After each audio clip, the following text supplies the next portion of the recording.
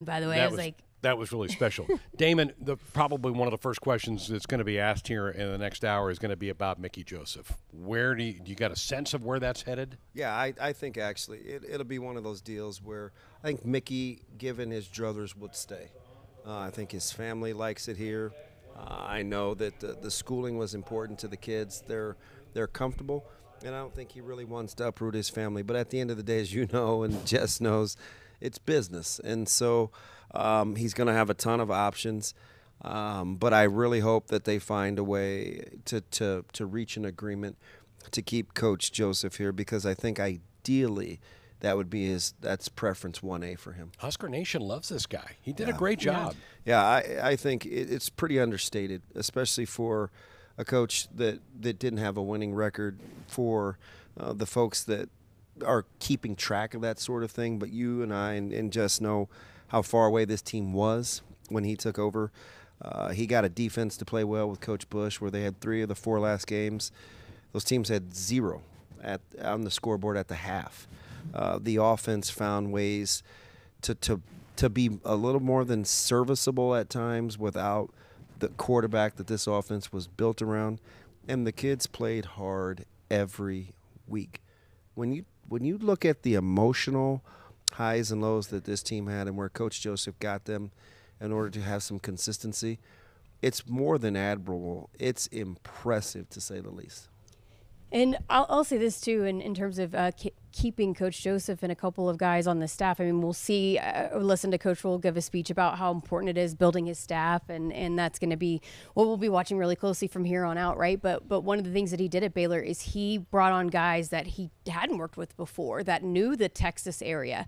And I think it will be important for him to have guys that are familiar with Nebraska and this program. And so, yeah, we'll see which guys keep on. But I think Mickey Joseph would be absolutely a monumental piece to keep, because a lot of the guys, we're going to talk about recruiting these high school guys, but you're also going to have to recruit some of these guys that are in this locker room right now, right? And I think a lot of these guys that are in this locker room stay if Mickey Joseph stays. And, with the days of the transfer portal, who knows, but I think a lot of players love playing for Mickey and would stay if he was part of the staff. Matt Rhule was very successful, Damon, recruiting the state of Texas. Yeah. And I think Nebraska, when we left the Big 12, kind of said, we probably need to make our move to the upper Midwest, recruit where we're going to play. But I got a sense maybe getting back in that state more. Yeah, he's definitely has connections. And I think the cool thing about Coach Rhule is, Jess was doing a roster breakdown the last couple of days, and she's spot on with what the numbers come back and show you, that he has done a very good job of understanding the areas that he's in. When he was at Temple, those rosters were primarily from the Northeast. When he was at Texas, they were primarily from the state of Texas. And so geographically, I think he's found a way to morph and be kind of a chameleon to what is going to suit his team's talents. So I would think that would be very consistent. He will recruit the Midwest and take advantage of the ties that he has in the state of Texas. Greg, I actually have those numbers. So in 2017, he had 118 players on the roster. There was just 24 players that were not from the state of Texas.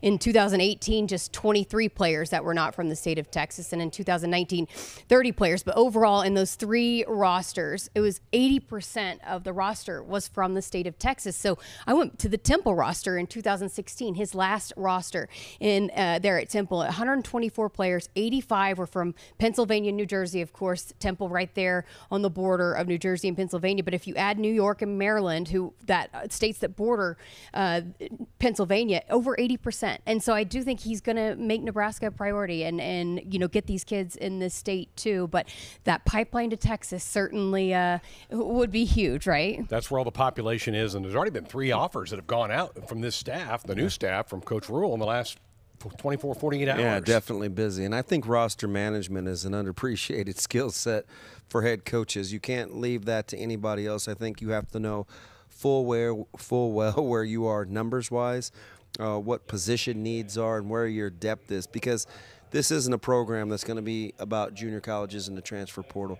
He's a development guy that loves to get kids better, and understanding your roster management from where guys are will be crucial. Yeah, and I mean, if you look at, again, those recruiting classes that he had at Baylor, a lot of the 5 stars were going to Texas A&M, right? And we make a big deal about the stars, but a lot of really good players were 3 stars, 2 stars that were developed in college, and I think that's very important to Coach Rhule and the staff that he'll bring in. And Trev made that comment several times in the last month or so. This is going to be a bit of a rebuild job. This is not just come in and keep on moving. And I think Nebraskans, Damon, have to kind of step back and have a little bit of sense of where this program is right now. And there is a lot of rebuilding to be done here. Yeah, unfortunately, there is. Especially in the offensive and defensive lines. You can get enough skill guys to kind of keep yourself in the hunt. But if you want long-term sustainability, it's got to be through your offensive and defensive lines. And I think Coach Rhule and his staff will understand that.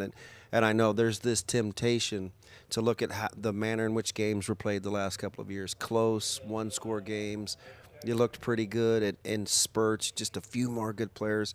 And you couple that with where the Big Ten West is right now and its shift. Northwestern going to have to revisit where their program is. Wisconsin making a change. Iowa going to have to address where their program is. Minnesota kind of just status quo. Illinois, are they there? Not sure. A lot of those guys were Coach Smith. So when you look at where it is, I just don't know if Nebraska fans can rally around Purdue playing in the Big Ten West Championship, representing the Big Ten West. So the tug to look at the West and think it's right for the pickings versus where your roster is realistically, they're going to have to buoy those two things. I think it's been crazy, too, though, to see, again, just the national interest in this hire at Nebraska. And you're going to hear Dusty Dvorak here in a little bit. He's an ESPN analyst at just how college football is better when Nebraska is good, right? And so we joke all the time about people say, oh, Nebraska's irrelevant. But look how much attention was paid on this coaching search and this hire over the last 48 hours. Got the lead on one of the leads on game day. On Saturday. So, hey, our coverage today brought to you by Woodhouse. Shop Woodhouse, first 18 brands, 16 convenient locations. Simplify car buying to save you time. Shop finance, buy online at woodhouse.com. The coach is headed to a Unity Walk on the east side of the stadium here in about 10 minutes or so. So if you're listening to us, watching us on campus, zip over there. You can say hi to the coach on his way in here to the Hawks Championship Center. You mentioned you had a chance a little bit earlier today to talk to somebody from ESPN. Yeah, so Dusty Dvorak actually played at Oklahoma. His first year, I think, was 2000 and then 2001. And so he's very familiar with playing Nebraska back when it was really close to the glory days, right? But then also ESPN college football analyst. He hosts a nationwide show. He calls some games in the NFL. And then also he was one of those Texas high school football players. And so he has a really unique perspective on Coach Rhule, and so I was able to get him on the phone earlier today. Dusty, thanks so much for spending some time with us. I thought you had a pretty unique perspective of Coach Rhule being hired here at Nebraska because, well, you played at Oklahoma when Nebraska was pretty close to the glory days, right? I mean, you cover college football across the nation every single week. You've called NFL games for ESPN. And then, oh, yeah, you're a byproduct of that Texas high school football that was so important to Matt Rhule and his turnaround at Baylor. So appreciate you giving us your perspective on this. Absolutely. It's great to be with you, Jessica. Thanks for having me. And I was just in Lincoln a few weeks ago whenever I did y'all's game against Illinois. Had a chance to sit with Trev Alberts and talk with him. And I could tell in that moment he felt really good about the prospects and the coach that he was going to be able to bring in. I have no clue if the deal was done at that time, but I'm sure he at least put out feelers to see if Matt Rhule would be somebody who'd be interested. But he was very confident, and he should be, because, look, my first year was 2001. When we played against Nebraska and Lincoln, it was like 1 versus 3 in the country. So, yeah, I'm very familiar with what is capable at that school. The buy-in from the community, from the fan base. I mean, the sellout streak is unmatched. I think they've put together some really good things with NIL, which you can feel however you want about NIL. It is a reality of college football moving forward. And for the people that have it, it's going to be extremely beneficial. For the people that don't, it's going to hurt them. And Nebraska has that, as well as being in a league like the Big Ten that is going to be doing very well financially with this latest deal Kevin Warren put together. So that new facility looks incredible, that I think will be done sooner than later. So there's just so many good things about Nebraska football, and it's about getting the right guy. And I got to tell you, Jess, like, Matt Rhule is one of my favorite people in college football. Wow. And I'm happy that he's back because the NFL borrowed him for a little bit. It didn't go the way Coach Rhule wanted it to, but he's fantastic and did a great job at Temple, getting that program in a great spot. He took over that Baylor job, and it was rock bottom. Yeah. I mean, he had to hit the reset button, to say the least, and he resurrected that program, got him on the cusp of a Big 12 championship, really laid the foundation for what Dave Aranda was able to do in second season and win a Big 12 title. So I've got the utmost respect for him. I spent quite a bit of time talking with him, even going back when he first took the Baylor job. I was at an event, and I sat with him and his wife for about an hour and a half, and they were incredible. Awesome people. He's down to earth. I think the Huskers fans are going to love him. And, there was a couple of names that I said, man, if Trev Alberts can get this guy, I think it'll be a home run hire. And Matt Rhule was right there at the top of the list for me. So you never know how hires are going to work. We all thought the last hire was going to work, but I don't see how everybody around this program right now isn't unbelievably fired up about what Matt Rhule is going to be bringing to Lincoln, Nebraska. Yeah, you mentioned the turnaround at Baylor, and there were some questions. Will Baylor ever be able to turn that thing around? It was in shambles. So what was your perspective on why he was able to turn that thing around and so quickly? And a reminder, too, he had, one recruit in the recruiting class when he took over. Freshman wanted out. I mean, he had to really basically rebuild everything from the ground up, won one game, and then it was a quick turnaround. One of the most important things he did at Baylor was he went and he brought in some Texas high school football coaches. One of those is Joey McGuire, who actually just got a big-time win Saturday night to get to 7 wins in his first year as a head coach in Lubbock, Texas. But he put some really good coaches around him that were familiar with that Texas area, because he wasn't. He was kind of fish out of water going to Waco, Texas, going to Baylor. And so he put the right people around him, and they were able to do a nice job and get there within the Texas high school football coaches, which is so important, because if either you're in or you're out. And if you're not a part of the club, you better have somebody that is, so he can get you in. And I think he's now in that. And to me, that's going to be something that's going to be important, utilizing those relationships. And I think as Nebraska has gone north to the Big Ten, it's kind of separated them from that Texas pipeline that they had for a long time. And I think Matt Rhule will be able to at least tap back into those resources. So I thought that was one thing that he did well. And I think, if you talk to Matt Rhule, he's a good recruiter, and I think he's a really good developer of talent. I think that's the one thing. If you go back and you look at Nebraska under Coach Frost, they recruited pretty well. They recruited better than anybody else in the Big Ten West. But developing that talent was, I think, where there was a little bit of a gap. And I think that's one thing for me, being around Matt Rhule, called some of his games when he was at Temple, as well as, when he was in Waco. I think he's an excellent developer of talent. He is a guy, to me, he's a culture guy. He's a Northeastern, defensive-minded, tough, hard-nosed dude. And he's going to demand that. He's going to demand that that's how his teams train, how they prepare, and how they go out there and play. And so I think that when you can couple a guy who's going to put the right staff around him to be able to go out and get in homes and do the recruiting he needs, he's going to help put the pieces in place and demand development of that talent when they get it, and somebody who can really very quickly bring in his own culture and implement it. I think those are kind of the foundational pieces you look for in a successful coach. It paid huge dividends in Waco, and I would expect some kind of similar strategy for him. They're taking over this job for the Huskers. What kind of culture is that? I mean, I kind of remember it's toughness, the mentality, do your job type of thing. Can you dive into that culture and what Husker fans can expect out of that culture that Matt Rhule is going to try to implement probably here in Lincoln? Yeah, well, he's an old school linebacker, right? So, that's just kind of, he played at Penn State. He played for Joe Paul. That's just kind of what you should expect. And it's a tough, no-nonsense, physical mindset culture that he's going to have. He's kind of he's an old school mentality, but it's interesting because, when you get him one-on-one, I'm sure you get a chance to spend a lot of time with him. He's fun. He's got good energy, and he's typically in a good mood, But then, like, when it comes to the football, he's as intense a coach as you'll see. I mean, just look at him anytime he's on the sideline. So I think that, and to me, when I see that, that's passion. And I think that players want to play for passionate coaches. Players, to me, best teams emulate their coaches.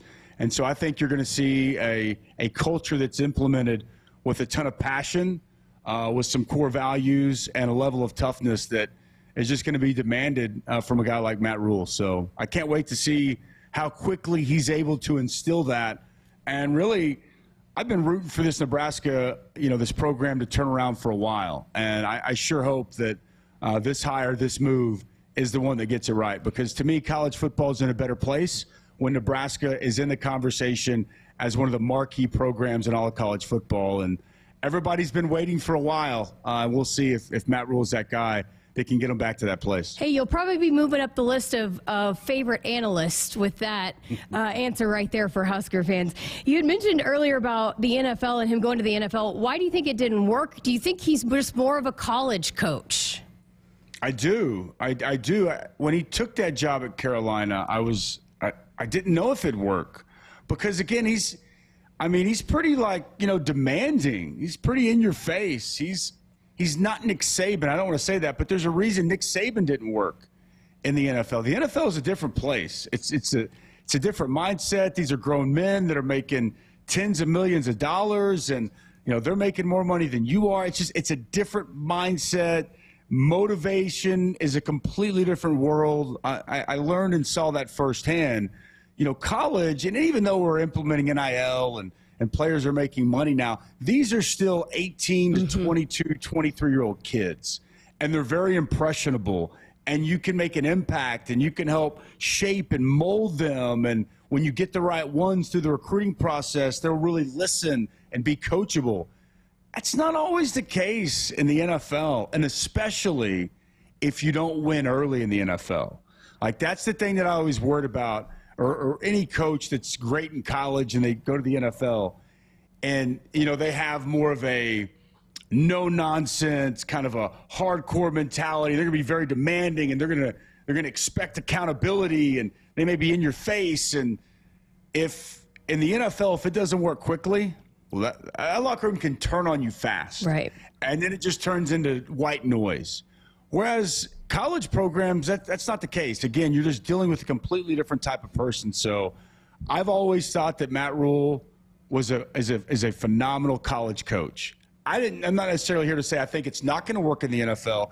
I just think that his personality, how he conducts himself, what he wants to do, and the impact he wants to have on a team and on players, it's much more suited for the college game. Well, Husker fans probably remember your name. They might not recognize you if they're watching you because you don't have the long blonde hair and the black face paint. And what, 100 pounds heavier back then? It was not quite 100, but it was a substantial amount. Probably 60 pounds ago, I was roaming the field there in Lincoln, Nebraska, and I actually, it's funny, I just had on my afternoon show on Sirius XM Mad Dog Radio, I had Zach Taylor on a couple of weeks ago. And the last time I played there in Lincoln, Zach Taylor was a quarterback. And we sacked him 9 times in that game. And so we were having some fun with that. But we played an unbelievably close game, one of the best games I ever played in college. And we won the game. And I'll never forget this. And this is why I've always appreciated and will always appreciate Nebraska football. We're leaving the field, and we're going in through, our tunnel, and I hear, all these cheers. And, there's fans up, and they're, cheering. I look up thinking it's Oklahoma fans. It was Nebraska fans. And there were Nebraska fans, great job, great win, best of luck the rest of the season, 94, you're a great player. I was blown away. I have exited many stadiums, Jess, after winning a game, and it's typically the exact opposite. It's typically the old number one, how awful you are, how terrible your program is, you can die, whatever it may be. And it could not have been a more different experience when I was there in Lincoln. I feel like the fan base, they're passionate about their Husker football, but they're also appreciative of good quality competition. And the fact that they had respect for us and for me, it really opened my eyes up, and it's given me an even more profound appreciation for exactly who they are and what that fan base and program is all about. So here's to hoping that Matt Rhule can unlock this program and get them back to some glory days there with that football program. Again, that was Dusty Dvorak, ESPN college football analyst. Appreciate him giving his perspective. And, one of the things that I really took note of that you hear a lot from a lot of people that know Coach Rhule and how he runs his program is that toughness, that mentality. And he's a no-nonsense kind of guy, and he wants his players to play like that. Absolutely. And I think that's what Nebraska fans want to see from this group here is more toughness. And, this is a guy, Damon, who played the Big Ten Conference, so he understands it. I think some people think, is it Baylor and then the NFL, but his deep, deep roots are in Big Ten country. Yeah, absolutely. And I think he understands where he is and what he's doing. And he's shown that on multiple occasions. It's not just with his roster makeup, but it's the style of football too. You take a deeper dive into him statistically, he typically starts a little run heavy. He did it both at Temple and at Baylor. And as the tenure went on, he became a little bit more balanced, but he looks to be about a 55-45 kind of guy, maybe 53-47 if you get into the weeds. And so I think he understands in order to win here, it takes good toughness, it takes being able to run the ball, and it takes being able to stop the run, and that's a lot of who his personality is. To be clear, you're not saying the fullback is coming back, right? I won't go as far as to get everybody started on that, but we're close. Folks, the East Plaza is filling up. A lot of fans waiting out there for the new football coach to make a little appearance. Here's some pictures from over there. Herbie's there chanting them on. Coach is going to be dropped off there with his family. They're going to make their walk by the Devaney statue over there and come in. Oh, love that outfit right there. That's fantastic. That's going to happen here in about 5 minutes is when that Unity Walk will be taking place. So if you're listening to us, watching us on our YouTube stream, and you want to race over there, you still have time. The band's out there. A pretty good production, Jessica, to kind of welcome the new coach to town. Absolutely. I was down there on the field when he went down there to take some pictures and do some promo videos, and I was chatting with his son, and his son was telling me, he was the one, by the way, that when Matt Rhule went on that interview and said that his son said, "Dad, you need to coach. You belong in coaching, right? You need to get back to it." And so I was chatting with him about it, and boy, he had already commented about how great the fans are. I was like, just wait. You're just getting a small taste of it. I can't wait to see what his reaction is seeing those fans welcome him in. David, we got a couple of questions for you in the Facebook chat. So this one's from Brandon. Temple and Baylor aside, what is a reasonable expectation for Coach Rhule in year one? Well, I think you want Nebraska to be extremely competitive in the Big Ten West. I don't think if they found a way to stay in close games this year, I don't think there's any reason why they can't a year from now. The conference, this division is in flux. I think it's in a little transition, and I fully expect him to look competitive in year one. All right, here's one more for you. What does he think of the possible assistants? It sounds like we are on our way on, or who else we might see Rhule add. Yeah, I'll be curious to see what happens defensively, especially if he's reunited again with a guy like Coach Collins, who we had at Mississippi State and Florida, who were at Mississippi State and Florida, and just recently let go at Georgia Tech. And, of course, all eyes are on what happens here with Coach Joseph, I think, as well, to help solidify the staff. So he's been so many places and he's so well traveled. Keep an eye with what happens at the running back spot in Carolina, too. He's got a really good relationship with a few guys left on that staff. So I think within the next week it'll start to firm up because he knows he's got to get going with recruiting right around the corner. Folks, our coverage brought to you by Woodhouse. Shop Woodhouse, first 18 brands, 16 convenient locations. Simplified car buying to save you time. Shop, finance, buy online at woodhouse.com. Let's go through the calendar. Friday opens up the recruiting period. You can go back out and start seeing young prospective student athletes on Friday. So you're 4 days away from that. And the portal officially opens for contact a week from today. So that puts a little bit of urgency to get the staff put together and ready to have a plan to go out this weekend. Absolutely. It impacts my house closely right away. So we know those dates and we understand them. And I think it was really important for Coach Rhule, as he's kind of putting his staff together, to know what the agenda is from a calendar standpoint. It's like an order of operations in math, right, where you start with brackets and parentheses. This one, in just 4 days, you're out on the road, so your order of operations better start with staff, then recruiting. You know, he's got a couple of his staffs, those new additions, with him here today. And I'm sure they'll be introduced today. So we're going to get those answers from him in about 30 minutes coming up. And also, I mentioned earlier, he did meet with the current team today. He's going to be having meetings, I'm sure, throughout the week with current players to talk about them coming back, because there's a lot of uncertainty in their lives as well. We heard the news from Trey Palmer himself over the weekend that he was going to go pro. We're coming up on a hard break coming up here for some network stations to join us here at the top of the hour. We're inside the Hawks Championship Center. If you're watching this on our YouTube stream or on Facebook, you can see behind me the stage is set up. They've got about 200 chairs set up down there. A lot of the media folks have come in. We're going to cut Jessica loose here in a minute because some former players making their way in, probably some former teammates of Damon's making their way in here as well. Again, we're coming up on the top of the hour for a break. Let's pause here. 15 seconds for station identification here on the Huskers Radio Network.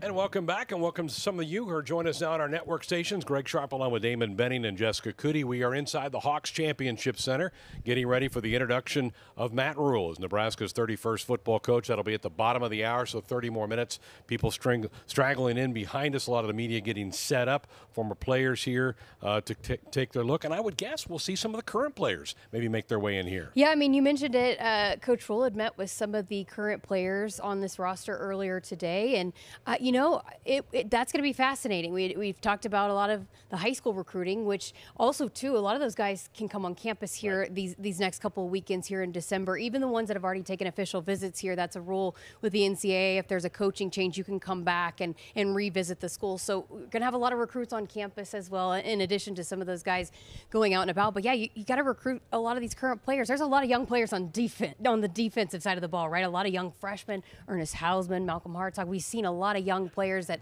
stepped up and made an impact this season. H.A. Allen, a freshman running back. And so there's some really good pieces that are already in place on this roster that you have to start recruiting there, right? And then also get those freshmen and those incoming recruits and build that class as well. Damon, who was this close to saying the fullback's coming back, it's got to be along the lines, right? That's got to be a big focus in the next 3 weeks. Absolutely. Defensively, for sure. You know, you get Prohaska and Norris Norelli back, which will be huge potentially. Kevin Williams can come back and still has 2 years after a medical. So the offensive line has some promise in terms of numbers. You definitely have to stockpile. But the defensive line is where Nebraska is going to have to make some hay. They are extremely thin after some tough classes in 19 and 20. No question, but Brandon did have a follow-up that wanted to note that Damon has been a terrific addition to Husker Game Days. Have always loved his analysis and insight about the game. Love listening to him and Greg on Saturdays. Yeah, we had some fun on Saturday, didn't we? I got to say this. This isn't just blowing smoke. The way that you guys have taken me in, and I've always had a ton of respect for Greg, and I think he's extremely funny, which kind of fits in my wheelhouse. It's good balance because I sometimes will get technical. So I like the blend, and it has been you guys have been nothing short of fantastic. I don't know what you two were doing Saturday. I was on my couch. Yeah. Friday I was working. Friday my bad. See, there he goes again. I know. You got to watch him. He's kind of stealthy. He kind of lets us go at it like brother and sister, and then all of a sudden he'll get in there. My favorite thing about him is he can light the match, and then he'll slowly back away. Yes, he totally does that. He is fantastic. I have no idea what they're talking about right now. Hey, got another question for you. This is from Caleb. What is the ideal quarterback for Nebraska going forward, which depends on the OC, right? Yeah, I think he's got to have some versatility, right? If I'm looking at the way Spencer Rattler played at South Carolina, I actually like it. He's mobile enough to keep you honest, but it's not the focal point of the offense in terms of the quarterback run game. He's had to have some creativity, and South Carolina didn't get good offensively overnight. So He had to have some patience, but I think it's a dual threat quarterback that gives you the threat of the run, but is a pass first guy. And you mentioned South Carolina because there's some smoke out there that may be where Matt Rhule is looking for his offensive coordinator. We may get some definite answers from the new head coach here at the bottom of the hour. I'm told the Unity Walk is going on now with the coach on the east side. I'd kind of like to be over there right now. Yeah, that's a cool deal. I should have just left you guys and gone over there and been a part of this little thing. And again, saw them on the field earlier. How about his family decked out in red? Boy, they have got it going on. Love the outfits today by the Rhule clan. Teenage boy and then 2 younger daughters is what he has, and I believe the teenage boy's in high school. Junior in high school. Trev Alberts is accompanying him, and they're going to make their walk through, and the band set up over there as well. So good-looking young family that now is going to be the first family of Husker football in about 30 minutes. Yeah, it is. It's a heck of an honor, and really, really proud of the way that the search went on and kind of how it landed, especially for what Nebraska needs. It's all about fit, and let's hope that this one's the right one. Damon, we had talked a lot about Texas and how he wasn't from Texas, but he went in and won over those Texas high school football coaches and potentially maybe could open that pipeline back up. But again, as someone from Nebraska, you got a son that plays high school football in Nebraska. How important is it to lock down this state first and foremost and get the talent here? Over the next 3 years, it's huge. Mm-hmm. The 24 class, the 25 class, and the 26 class is uber talented with some high school stars. So I think that one will be huge. And Nebraska's already done a really good job of kind of establishing those roots. Guys like Kenny Wilhite, Vince Ginta, guys like that have really kind of spearheaded the local recruiting, have done a good job in making sure that Nebraska's already got some good inroads. And the best way to really lock down your state, win. Absolutely. That's part of it, and that's one of the things. When you're not winning, guys are going, well, I could go there, but I want to go to bowl games. I want to be in the national championship talk, and that hasn't been reality here for the last almost decade. That's definitely part of it, and I'm kind of getting reacclimated to what's important to young people and what isn't. And I was surprisingly surprised at the level of how much winning matters. I didn't think it was kind of at the forefront early on, but the more that I'm watching it, I think it's right up there in terms of development as well, which is an underappreciated facet of recruiting.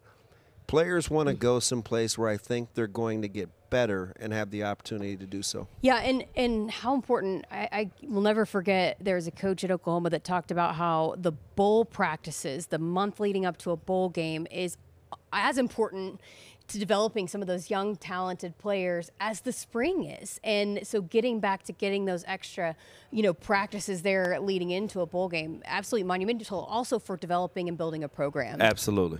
For those of you watching our YouTube stream, they're showing some shots. Matt Rhule actually has a microphone. He is addressing the folks that are out on the East Plaza, and he's standing next to the Devaney statue. He appeared on Game Day on Saturday and said that he had a bucket list moment Saturday morning when Coach Osborne called him. Yeah, it's kind of cool, and I always respect Coach Osborne, and oftentimes I envy him. But you know what? He's so interesting in terms of he's always going to kind of get brought back into the fold. And sometimes I think he just wants to rest and kind of tend to his family and be there for Nancy and the kids. But I understand, too, the reverence for Coach Osborne in terms of who he's been and look who he found and what he means. Speaking of, this is a guy I'm excited to see if we can get him back with Teddy as part of that pipeline up front. He'd look better with pads on right now, wouldn't he? Well, he is a big guy. Did he put on some weight? So a little bit, but not much. So the reverence, I think, for Coach Osborne is kind of a fine line, and I could see that definitely being a bucket list, especially as an early Penn State guy. Right. In the 90s, Nebraska was the program. And Coach Osborne was quick to say he will not be here today as a prior commitment, and don't read anything into that, that he's not approving of this hire, he doesn't support the program. He has a prior commitment. Yeah, absolutely. And as you know, Coach Osborne is pretty authentic. He'd tell you if it was anything different. Absolutely. All right, we're about 22 minutes away from this press conference getting underway here inside the Hawks Championship Center, which is the venue. You can see it if you're watching on our YouTube stream behind us. Our coverage today brought to you by Woodhouse Auto Family. Shop Woodhouse first, 18 brands, 16 convenient locations, simplified car buying to save you time. Shop finance and buy online at woodhouse.com. One of the lead analysts of all college football is Joel Klatt. He had the call of the Michigan-Ohio State game, which, by the way, drew almost 17 million viewers Saturday. How about that? He'll have the call on the championship game Saturday night with Michigan and Purdue. Had a chance to catch up with him just moments ago to get his reaction to the hiring of Matt Rhule. Delighted to be joined now by Fox Sports college football lead analyst Joel Klatt. Joel, just your reaction to Nebraska's announcement and hiring today of Matt Rhule. Yeah, I mean, listen, Matt's a really good football coach, and I know he was probably the top candidate for a lot of schools that had openings, and they were contacting him throughout this process. So this is, I think, a really good day for Nebraska football. It's probably not lost on many Husker fans that I was saying the same thing years ago about Scott. So, Matt's got to come in and do it, and he's got a long road to go because, Nebraska has got to fix a lot of things on that program. Having said that, a guy like him with the energy that he can bring and obviously his pedigree in college, in this day and age, you can turn a roster quicker than ever before. And so, we may see a situation where Matt's able to try to turn this around, maybe quicker than I think maybe some Nebraska fans even realize. Joel, he hasn't been away from the college game that long, but a lot has changed in college football since he left. NIL is now a huge part of it, so is the transfer portal. Any problems in your eyes for him to adapt to those changes? No, I think that he's going to be ready for that because he's always prepared. Remember, this guy walked into maybe one of the biggest dumpster fires in the history of college football when he walked in at Baylor. So he's going to be ready, and that was a unique circumstance, and this is a much better circumstance than that. I do know that Nebraska is on good footing. Their financial situation within the athletic department is very strong. The new facility is about to open up. They're going to be in a good position, and I think that what we fail to realize is that NIL isn't just about, shooting money all over the place at players in the hopes that they'll come. It's starting to be very clear that if you don't have the right culture in place, it doesn't matter how much money you spend on players. It might clearly now played out at Texas A&M and even Miami to a certain extent. Whereas you get the right players in the right positions and set the right culture, then it can work, like USC. So navigating these waters is I think, interesting, and in particular when you're talking about a coach that has to do it within the culture that he wants to build, and I think navigated in that way. Any red flag that it didn't work for him at the NFL level? I mean, we do have a pretty good track record of guys who come back to college and hit home runs once they get back in college. Yeah, I don't think that I don't have a red flag, because remember, in the NFL, it's all just about one position. Like, if you don't have a quarterback, then it doesn't really matter. And you can't build and develop a roster through development. You've got a draft position. It's just much harder to build, and you got to kind of get lucky. Is Pete Carroll if they don't luck into drafting Russell Wilson? Who knows? So I don't have any problems. Look at Nick Saban, look at Pete Carroll. There has been a lot of guys that have come down and had a lot of success, and Matt can certainly be that type of guy. Jim Harbaugh, guy you just saw over the weekend at Michigan. Although he succeeded, right? I mean, like, he succeeded everywhere he went. He was in a Super Bowl. He was, a couple snaps away from winning a Super Bowl, and those other guys did not succeed and came back and still succeeded in college. Joel, when Nebraska left the Big 12 to go to the Big 10, they almost cut the ties to recruiting in Texas. Do you see with Matt coming on board now that they maybe try to get back in there to that really fruitful state? Well, there's not a doubt in my mind. I think in order to be competitive in what is going to eventually be the new Big 10 with SC and UCLA, I think you're going to have to recruit nationally. I don't think that there's any school, maybe outside of USC, that could just say, hey, our local recruiting base is going to fill us to a point where we can go win the Big 10. And so Nebraska has to expand. They've got to be a national recruiting force, both in Southern. They need to go into Texas and into the South, and they need to do that. And certainly his ties to Texas are going to help with all the success that he had at Baylor. Last thing for you, Joel. Coaches like to feel comfortable with who they're working for. In this case, it's Trev Alberts. Being a former college football player and even an analyst at one point in time, do you think that helped Nebraska sell Rhule on this job? I'm sure that it did. I think that that's a main consideration for a lot of these head coaches throughout the country. So when I look at Trev, I see a guy that is unique in his path to that position, certainly. Didn't come up through the administration world as most have. But in some regards, for a football coach, that's actually more palatable. And the reason being is that you're not jaded with appease a lot of different masters. And Trev is a type of guy that I think really cares about the success of this program and will do the things necessary to give Matt the resources and the backing to go out and succeed. And I think that that's pretty clear. So from Matt's perspective, I'm sure that it had a huge deal to do with his decision to come out there and actually go back to college and take this job. Joel, thank you. We appreciate your insight and your look at Matt Rhule taking this job here today. We appreciate it. You bet. I hope you guys have a good day.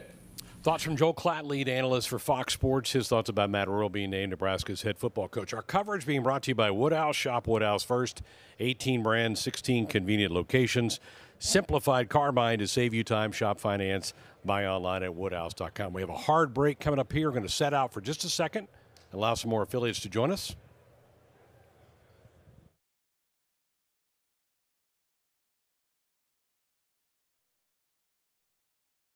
And Huskers.com coverage of the Matt Rhule press conference from the Hawks Championship Center. Greg Sharp, Damon Benning, Jessica Cootie will join us from down on the field here in just a few minutes. Big day for Huskers. 31st head football coach about to be introduced to the crowd here today. And, oh, what a crowd. I mean, there's a who's who down there. Yeah, I am not surprised, but goodness gracious, on short notice, folks rallying. I mean, it's kind of what makes this place unique. You can embrace the past, just don't be held captive by it. That's the key. And you saw the walk coming in the building, the distinctive walk of Johnny the Jet. Yeah, Johnny the Jet Rogers. I saw Steve Warren, Jay Foreman, Red Barron. I mean, there are a lot of guys down there that from all the Kelseys are here, spanning a lot of different decades to support Coach Rhule. Coach Rhule obviously was let go by the Carolina Panthers about 2 months ago, but there's been a long list of coaches, Damon, that have left the NFL, gone back to college, and done very, very well, including the guy who's playing for a Big Ten championship game this week, Jim Harbaugh. Yeah, absolutely. And I think, although there's not a lot of direct correlations in terms of success rate of some key indicators, I think one thing's clear. Knowing who you are fundamentally and having some conviction are a couple of keys that I think are definitely portable. Yeah. Jessica Cootie, Damon mentioned some of the stars that are down below. Jessica Cootie standing by with one of the great black shirts of all time. Our good friend Jay Foreman. Well, exciting day for the program. Your initial reaction to Matt Rhule taking over as the head coach? Well, I think it's good. I think Matt's a good coach. His record stands and his his prowess is right up there with anybody. So I think it's good. The decision's made. And, he loves the coach and loves to, develop. And I think where he's from, upper PA, and then also, the fact that he was a walk-on at Penn State, that's kind of one thing that I thought, kind of let me know that he can kind of fit in right here. And Penn State is somewhat like Nebraska. And so I think it's a good match. And so time will tell, but I think he's going to come in and work and represent real well. One thing that you hear about Matt Rhule and what he wants his players to play with, the toughness and that mentality, and you got to love that. Yeah. I mean, I think that, I know some people that work with him. They all swear by him. They'll be tough. They'll be physical. They'll be in shape. And he's going to develop them on and off the field, too. It's not just what he's going to push them to do on the field. So I think that's just as important. And his standards are going to be high. I know there's going to be pressure on him, and if he didn't like the pressure, he wouldn't be here. So, I think that's shows you right there he's not scared of a challenge, because it's a challenge right here, and, he's willing to take it. You had talked about development. How important is that for this staff that's coming in to be able to bring guys in and then develop them? Well, it's key. I think, he's going to look for football players first, and that's what I think has been missing. The measurable game doesn't really work well around here. He has a long record of finding guys that he has a vision for in year 2, 3, and then obviously 4 years down the road, and that's what we've always done when we were successful.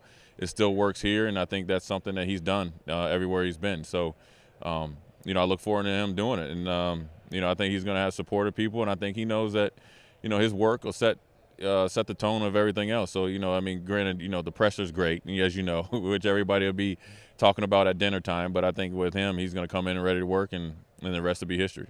You're one of several players that are here today. Why was it important for you to be here to support Coach Rhule here today? well, one, I was summoned, number one. But number two, you know, you always support Nebraska. And, look, I understand how it is. He's coming in as an outsider. I'm from Minnesota. So, you know, I'm not from Nebraska, and neither is he. But the pressure is there, and so I assume that he's going to need all the support. Now, granted, he's going to handle his business, but you know, having guys here, knowing that he has people he can lean on, or just kind of get a handshake from, is probably make his job that much easier. So you know, the least I could do is come down.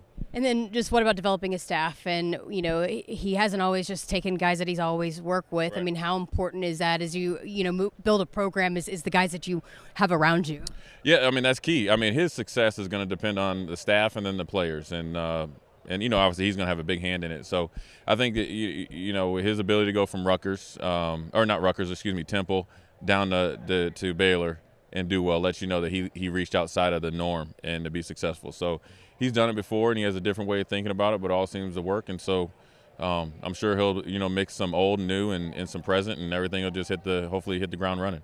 Jay Foreman, appreciate your time. Yeah, thank you. Greg, we'll send it back up to you. All right, thank you, Jessica. Jay Foreman, who's part of our Big Red Reaction show here on the network, and that's a job that I don't envy. That's been tough to sit in there and take those calls after the games we've had the last couple of years, but Jay's a good, solid guy. Yes, he is, and understands what it takes because he's seen it. He was a volunteer here the last couple of years, or at least 2 years ago, and I think he's got a good pulse on what's happening with the staff and providing some insight. And, again, there's a level of optimism that we haven't seen in the last 4 or 5 years. Oh, Damon's mic went. We'll get that cleaned up there. Damon's been dropping the mic all day, so it's probably has something to do with it. It got jammed or jimmied. We're about 10 minutes away from the start of the press conference. You saw moments ago we had Matt Rhule made a little unity walk of his own, got dropped off on the east side of the stadium, walked through a throng of fans, several hundred fans. The band was out there, Herbie was out there, and then he addressed the crowd a little bit. They gave him a microphone. He was able to say thank you and great to be in Lincoln. Now he's making his way toward the Hawks Championship Center for the bottom of the hour press conference. What we anticipate during the press conference, quick comments from Trev Alberts, the introduction of Matt Rhule, and then whatever he wants to say, and then he's going to take questions. So you're going to be able to hear from the media and their questions, and then we will talk to the head coach following the press conference. So a lot coming your way here on the Huskers Radio Network and on our live stream on Huskers.com. We talked about Husker royalty being in the house. 3 Heisman Trophy winners in Nebraska football history. The first was Johnny the Jet Rogers. He's standing by now with Jessica. All right, well, you guys were talking about stars down here. I found the star of the show, Heisman Johnny Rogers. Well, I love the outfit. How you doing? Doing just fine. We're back in it to win it. Yeah.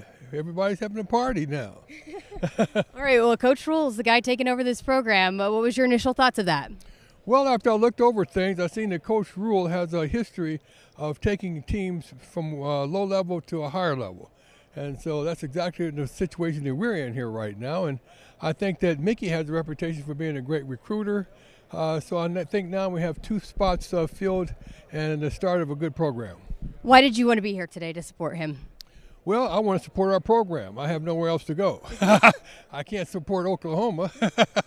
So I'm still in support of Nebraska. And I think our future is so bright, we got to wear shades. Yeah, I mean, that part of it, too, just the development and getting this program back where we all want it to be, right? How much do you believe that this program can get there? Well, I certainly believe that anything is possible, and I think that we all want it. We have enough support always from our fan base. The alumni is always in the game. The regents are in there. I think everybody's thinking it's time. It's time. We've been down for so long that we need to take a step up and get a running start, and you are what you think about most of the time, and most of the time we're thinking about winning. Toughness and mentality are some of the things that he had talked about. Of course, was a linebacker, Penn State, and it was from the East Coast. How important is that in the Big Ten to have that toughness, that grit when you go out there on the football field? Well, it's really important because you have to be the intimidator. You can't be intimidated. Mm-hmm. And we have not had a history of being intimidated. We have to go out here and show people what we're working with. You can't talk about it. You got to go out here and do it and get it done week after week after week. It's not something that you just win sometimes. We want to win all the time. Winning isn't everything, but here in Nebraska, we rate it right up there with oxygen. It's pretty darn important. Well, what do you think about the setup and the turnout? And there's lots of fans that are outside. How about that? Well, I figured there'd be a lot of people here and a lot of support because we have support. We haven't won, but no one's given up. We don't quit on anything big or small because it might become a habit. So we're all in it to win it, and we really believe. Things come to you as you believe. You believe you can or you believe you can't. Wherever you believe, you're probably going to be right. And we certainly believe we can. Love it. Thanks for your time. We will. We will. Love it. Every day's game day, y'all. Every day. Hey, and you brought your game day attire today. Oh, yeah. Well, this is what they gave me, so this is what we're working with. All right, Johnny Rogers, appreciate your time. Greg, back up to you. Oh, what an interesting experience the first time she's got a chance to talk to the Jet in all his glory. I hope she's okay. He's the best, isn't he is. Oh He's a great ambassador for the program, and hopefully she caught up with all the one-liners and the little analogies because he's full of them. He does have a lot of those. We love Johnny. It's great to have him down here. Just went by the 50th anniversary of his Heisman Trophy win, so that was amazing as well. Well, the new head coach and some of the folks are making their way toward the building here and getting ready for an introduction of the 31st head football coach for the Cornhuskers in Matt Rhule. Trev Alberts will be doing the honors of that here in a few minutes inside the Hawks Championship Center. This is quite a place for him, and this will be a big place that he'll get to know a lot of in the coming months. Yeah, it's always interesting. People think they know what they signed up for until they really get here. Hopefully, Coach Rhule has been prepped on the fervor of this fan base in the media because I think it is different once you're here. There's a good and there's a not so good, right? Because there's so much of a light that shines on Husker football year-round. We both have felt it for the last several decades, and you've got to be prepared for it. And I think he has because he's had the bright lights of the NFL on him. I think that helped prepare. That's why I keep mentioning the word conviction. You have to have some resolve and some conviction in the process because there can be some times where you maybe second guess. Can't last for too long if you want to make it here. Jessica rejoins us back up on the main stage. Damon felt for you. Johnny threw you a lot of one-liners. That was not my first time talking to him. Oh, I thought it was. I talked to him at Oklahoma last year, remember? So, I mean, did you guys see his red jacket? He had it going on. He always dresses to the nines. I told him we coordinate. We needed to take a pic. So good to hear. Careful good to hear from Jay Foreman, too. Yes, yep. Lots of former players down there. I was going to get a couple more, but, the camera was getting set up for Coach Rhule. He's already made his way into the building. He actually just walked by here, so he'll be making his entrance at any point. So the camera had to get ready to go. Yeah. Not far off from the start of this press conference with Matt Rhule, who will be named the 31st head football coach of the Cornhuskers here in just a few moments by Trev Alberts. And again, Damon, credit to Trev. What a long search, the longest search in Husker football history to find this guy. And those of us who were doing some digging to try to find out some names and stuff, we couldn't find it. He did a great job of keeping this under the wraps. Yeah, played it close to the vest while not being a distraction for his interim head coach and the current team, which I can't be understated. He's a total professional that believes in the process, and I think it revealed itself with today. And Matt Rhule said that on his interview with Coach on College Game Day about how much respect he had for Mickey Joseph and the way that the team finished the season and they bought into what he had done. So, yeah, I mean, I think Husker fans, that's why so many fans have bought into him and love him, and what he did is the way that this team came out and fought so hard every single week despite the adversity that they were going through. One of the questions I asked Joel Klatt was how much guys want to know who they're going to work for, and they have to feel comfortable working for a certain guy. To know that you're getting a former football player and a broadcaster in Trev Alberts, it's got to be a little comforting to know he knows how it needs to be done. It's a big deal. I don't care what level it is, from high school to college to the NFL. Your bosses matter. You cannot operate onto an island. And I think with Trev, and I think sometimes the hard part for Trev is to not be more meddlesome, right? Talk scheme, talk philosophy, talk training regimen, because those are all things that he's very aware of and stays current with. So I think there's some reassurance there knowing that you've got a football guy. I think it's funny when I first talked to Trev when he first got hired about how when he watches games, he doesn't want to be, down and out and about and mingling. He wants to be watching where he can stay locked in. He's so competitive. Coach Osborne hated having to do a lot of the things that an AD has to do during a game. He wanted to go sit in a suite and watch the game. He didn't want to have to go do an on-field presentation or shake hands. He goes, I want to watch the game and break this thing down. But I think that's important, that your head football coach feels really comfortable with your AD, and that AD understands what you're going through. Trev certainly does. They have some similarities in terms of their mindset, too. It's always about the process and doing your due diligence. They don't seem like either guy makes a lot of rash decisions or rushes to judgment. They trust the process and fall back on training. They'll definitely be able to share in that. You might have already talked about this. If I missed it, I apologize. If you're Matt Rhule, what's the first order of business? What are you doing, I guess, after today, tomorrow, the rest of this week? Order of operations is easy. Start to assemble your staff and get ready with recruiting. You have an open live period on Friday. You have got to be ready to go with your staff in terms of recruiting. Our coverage here on the Huskers Radio Network and on our Huskers.com stream is presented by Woodhouse. Shop Woodhouse first 18 brands, 16 convenient locations, simplified car buying to save you time. Shop, finance, buy online at Woodhouse.com. I'm going to ask each of you, what question are you really anxious to hear the answer to from Matt Rhule in the coming half hour, 45 minutes? Damon, I'll start with you. Well, I'd like to get familiarized with the process, like when he finally decided, okay, this is what I want to do. This is the university that I want to be, because he was highly sought after. He had some issues to work out with Carolina in terms of the remainder of that contract, and I'm sure it was a little complicated. And then you have to stay focused and do your due diligence for the next task at hand. He missed football, and why Nebraska and the time frame is important. I think just diving into his philosophy and the culture and how important it is and why that has become such a big part of what he wants to do as a head coach. I want to hear about the staff. Yes. What are you doing with the staff? I figured somebody would go there. I want to hear about where he's going to go with this thing. But all three are right, and all three are really good answers to hear from. You can hear the Husker band cranking up now, visual pictures of Trev and Matt Rhule walking into the Hawks Championship Center. There he is, your 31st head football coach. Yeah, looking good, and with the bold red ties. Maybe they both got the memo. Hey, let's go with the red ties. All right, we'll let the pride of all Nebraska, the Cornhusker Marching Band, take you the rest of the way, followed by words from Trev Alberts, and Matt Rhule will be with you following the press conference.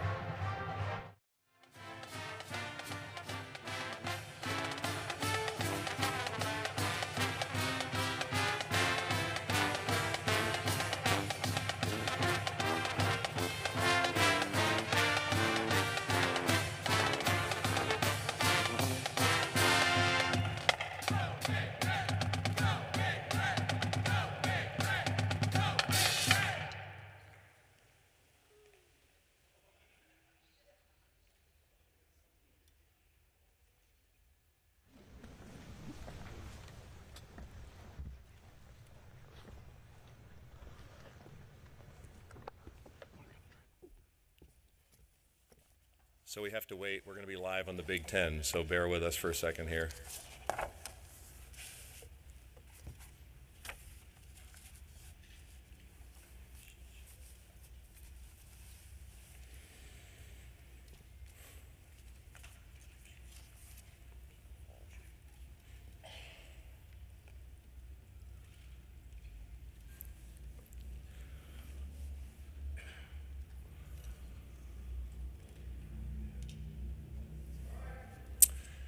Okay, good afternoon, everybody, and welcome. Thank you so much for being here. What a great turnout.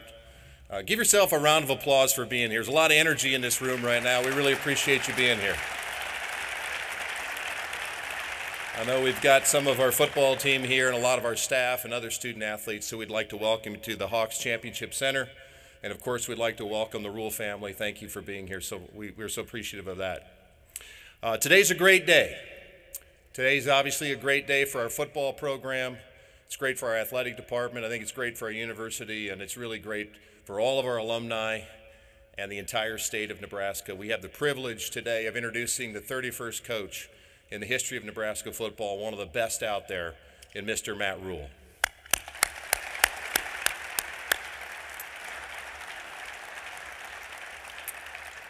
So what I'd like to do is, I know you're not here to hear me, you are here to hear Coach Rhule, but I thought I want to go through a few thank yous.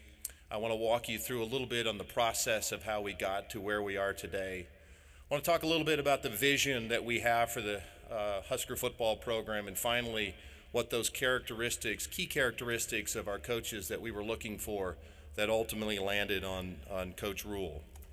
First and foremost, I want to start by thanking Coach Mickey Joseph. And I'll tell you, Mickey Joseph and our staff and our players did an outstanding job. You know, many of you here recognize 9 games ago when we made a change, and Mickey Joseph was the head coach. Mickey did an outstanding job. I had a lot of respect for Coach Joseph prior to him becoming our interim coach. I have more respect for him now. The way that he worked, continued working, doing the right things, fighting hard for these young men and investing in them was really something. And to see them have that moment against Iowa was really, really special. So really, really proud of Coach Joseph and his staff and our players, and I want to thank them. I want to thank President Carter. I want to thank Chancellor Ronnie Green. I want to thank our Board of Regent members who we have here. I want to thank Governor-elect Pillen. I'd like to thank our staff. I'd like to thank the media. And I'd like to thank you for giving me the space to run an effective search. I know it was a long time. I think it was the longest search in the history of Nebraska athletics, probably. But it was very meaningful to me that you all allowed us to do a real search and gave me the space to do that. So thank you very much for allowing me to do that. I'd like to thank my wife, Angie, and I'd like to thank our staff. The fact of the matter is, for the last couple months, I've been a little bit remote. This has consumed all of my time. And I'm just so grateful to have the staff we have in Husker Athletics who worked really hard to make sure that everything was moving forward appropriately. So I want to thank them. I want to thank Julie, Brian, Vivi, and Leona. Thank you guys so much for allowing your husband and your father to become the head coach at the University of Nebraska. You're going to love this place. Husker Nation is going to love you, and we're going to support you and your family. So thank you for believing in us, and I want to thank you for being Huskers. This is awesome.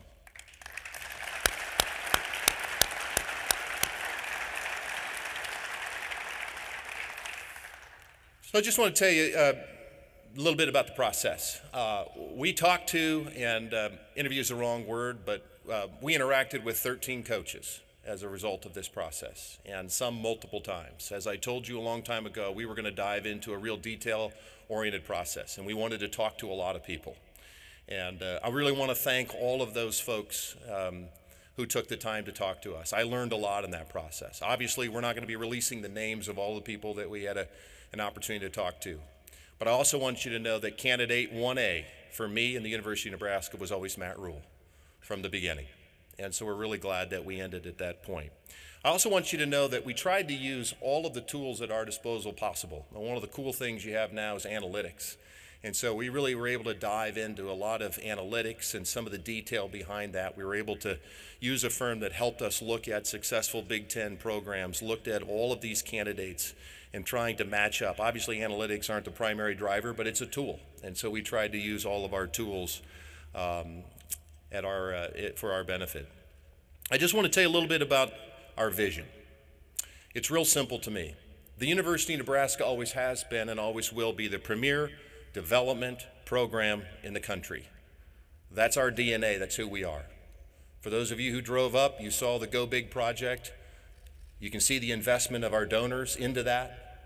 That's the brick and mortar behind the greatest development program in college football. That was going to be really important to me as we looked for our next head coach. Secondly, a focus on toughness.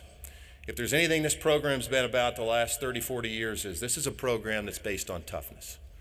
And so I was looking for coaches who understood what toughness looked like, what practice looked like, and ultimately getting back to the vision of being the most physical team on the field on Saturday. That's Nebraska football, that's Husker athletics, and toughness was a key component of what our vision was going to be. Third and finally was a clearly defined identity. It's something that I really believe in. We're going to believe in something, and we're going to dive into it, and we're going to play complementary football. And I believe that's what Coach Matt believes as well. He'll get a chance to tell you about his vision. So some of the quick coaching characteristics that we were looking for, and some of this is redundant. Obviously, we talked about this a little bit before, but an authentic leader. It's really important to me. We need leadership. We need someone that our players are willing to follow, and our coaching staff. And we have that in Matt Rhule. We need a man of integrity. This program's been built on integrity. We do the right thing all the time. And so having a leader of integrity was really important to us as well.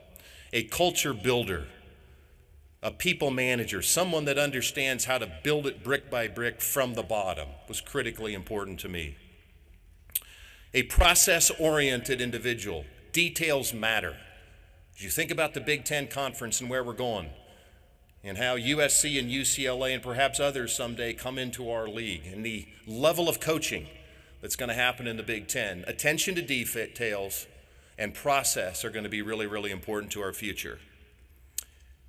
Being a grinder, as I've talked before, is really important. You got to work at this job. You got to be passionate about winning. And finally, a strategic thinker.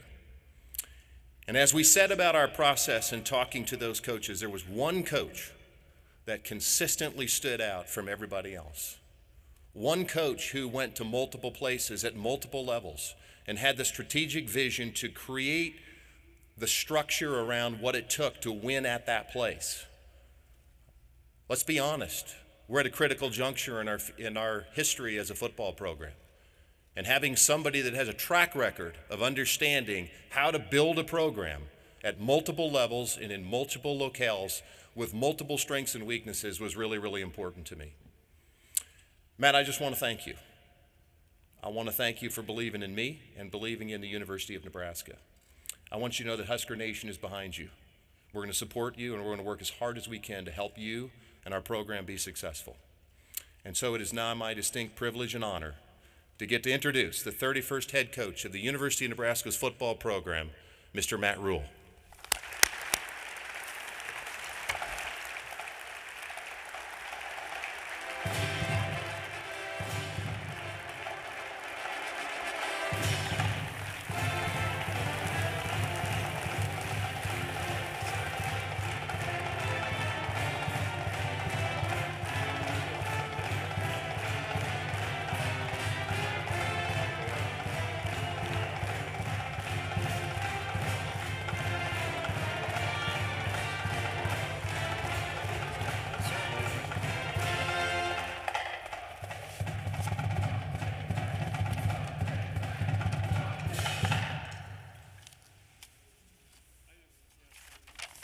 Thank you. It was 1983. I was 11 years old, die-hard Penn State fan. The year before, Penn State had won the national championship. Now, some people in this room might disagree with that, but for me, they had won the national championship. And my father, my dad's a teacher and minister, and we were living in New York City. Had a chance to go out and see the kickoff classic. I had a chance to talk to Coach Osborne. I relayed this story, and I was watching the Penn State Nittany Lions take on the Nebraska Cornhuskers, and on that day, Nebraska won 44-6. And I can still remember walking back to the subway with tears in my eyes, wondering why Nebraska had to do that to us. I fast forward to 1994 and walked on at Penn State and found a way to find some ways to get on the team and play. And we had an undefeated season in the Big Ten, beat Oregon 38-6. And Nebraska went out and played the University of Miami and beat them. And once again, there were tears in my eyes as we finished without a national championship, and Nebraska did.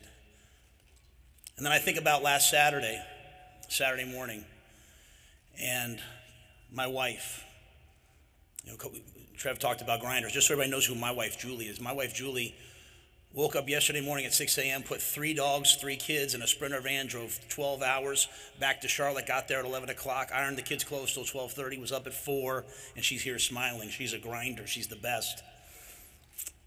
And the University of Nebraska, that once brought tears to my eyes when I was 11, once brought tears to my eyes when I was in college, it brought tears to my wife's eyes.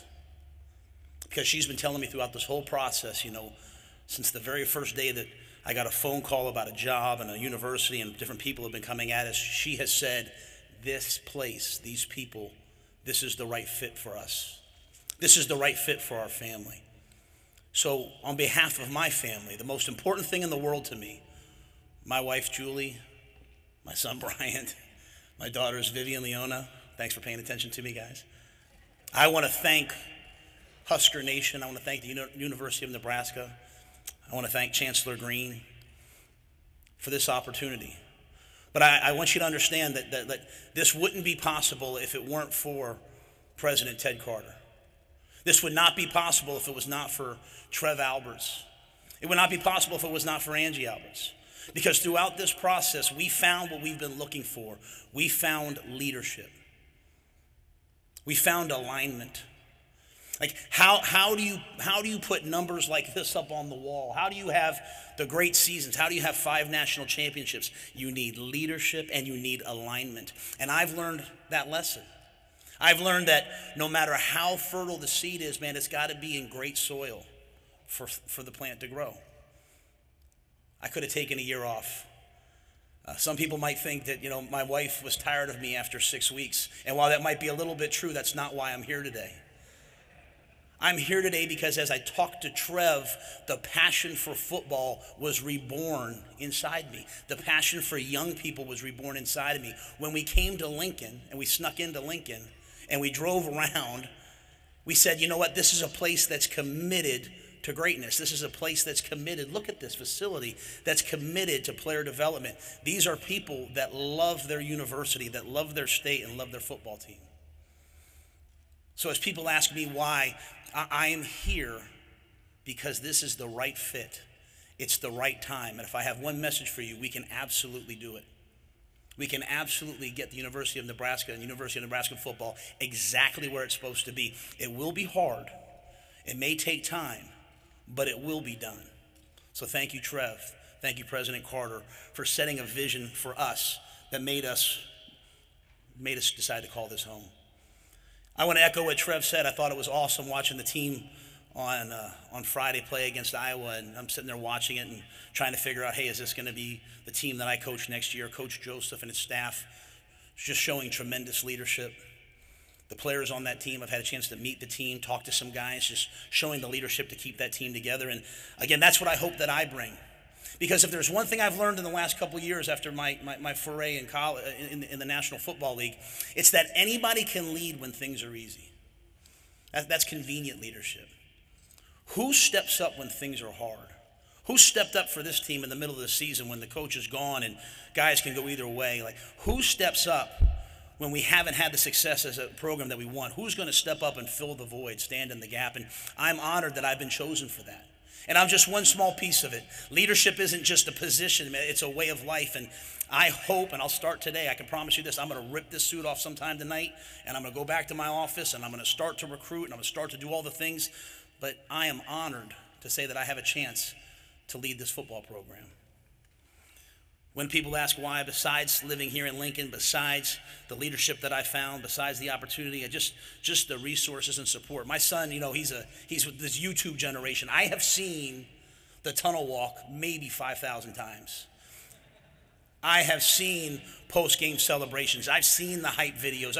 I feel like, and I don't know Nebraska well enough yet, and I hope you'll bear with me because I want to embrace everything that has to do with the University of Nebraska and the University of Nebraska's football program. But I feel like through him and through some friends of mine who've played here, that this is exactly the right place at the right time. And let me say it again, I believe we can do it. So thank you to my family. When you ask me what our vision is, and obviously we want to have Heisman Trophy winners, we want to win major awards, we want to win conference championships, we want to win national championships. But guys, I'm a day-by-day guy. I'm a process guy. I'm a what's next person. And I can just tell you this, that I want to build a team that's tough. I want to build a team that's hardworking. I told the team that today, like, the price of glory is paid in here at 6 a.m. The price of glory is paid on the recruiting trail. Like, we are going to work harder, I can't say than anybody else, but harder than we've ever asked ourselves to work, because this is going to be hard. You can't win 3 games and then win 4 games and then just come to work excited about just, hey, what's going to happen next? So we have to have a plan, and that plan involves working harder than the next man. We're going to build a team that's tough. We're going to build a team that's hardworking. We're going to compete at everything that we do. There's not a game that I expect to ever walk into where we don't expect to win. We want to honor the people who take their hard-earned money. Like, it is not a burden, but a responsibility on me as the coach to know that there will be people from all across the state who take the money that they make with their hands and with their work and with just their daily toil, and they spend it to come watch our team play. And you know what? You can't win every game every year. It just doesn't happen, but you can certainly be a team that people are proud to watch. That's the type of team I want to be. From the spring game to a practice to a mat drill to a weightlifting session to a meeting, I expect our guys to be tough. I expect them to work hard, and I expect them to compete. And I expect that because I and my staff will do the same thing every day. That's sort of our vision for how we are. You know, we're not going to be a new spread teams, and we're not going to be like that. We're going to be a little bit more of an old school type of a team.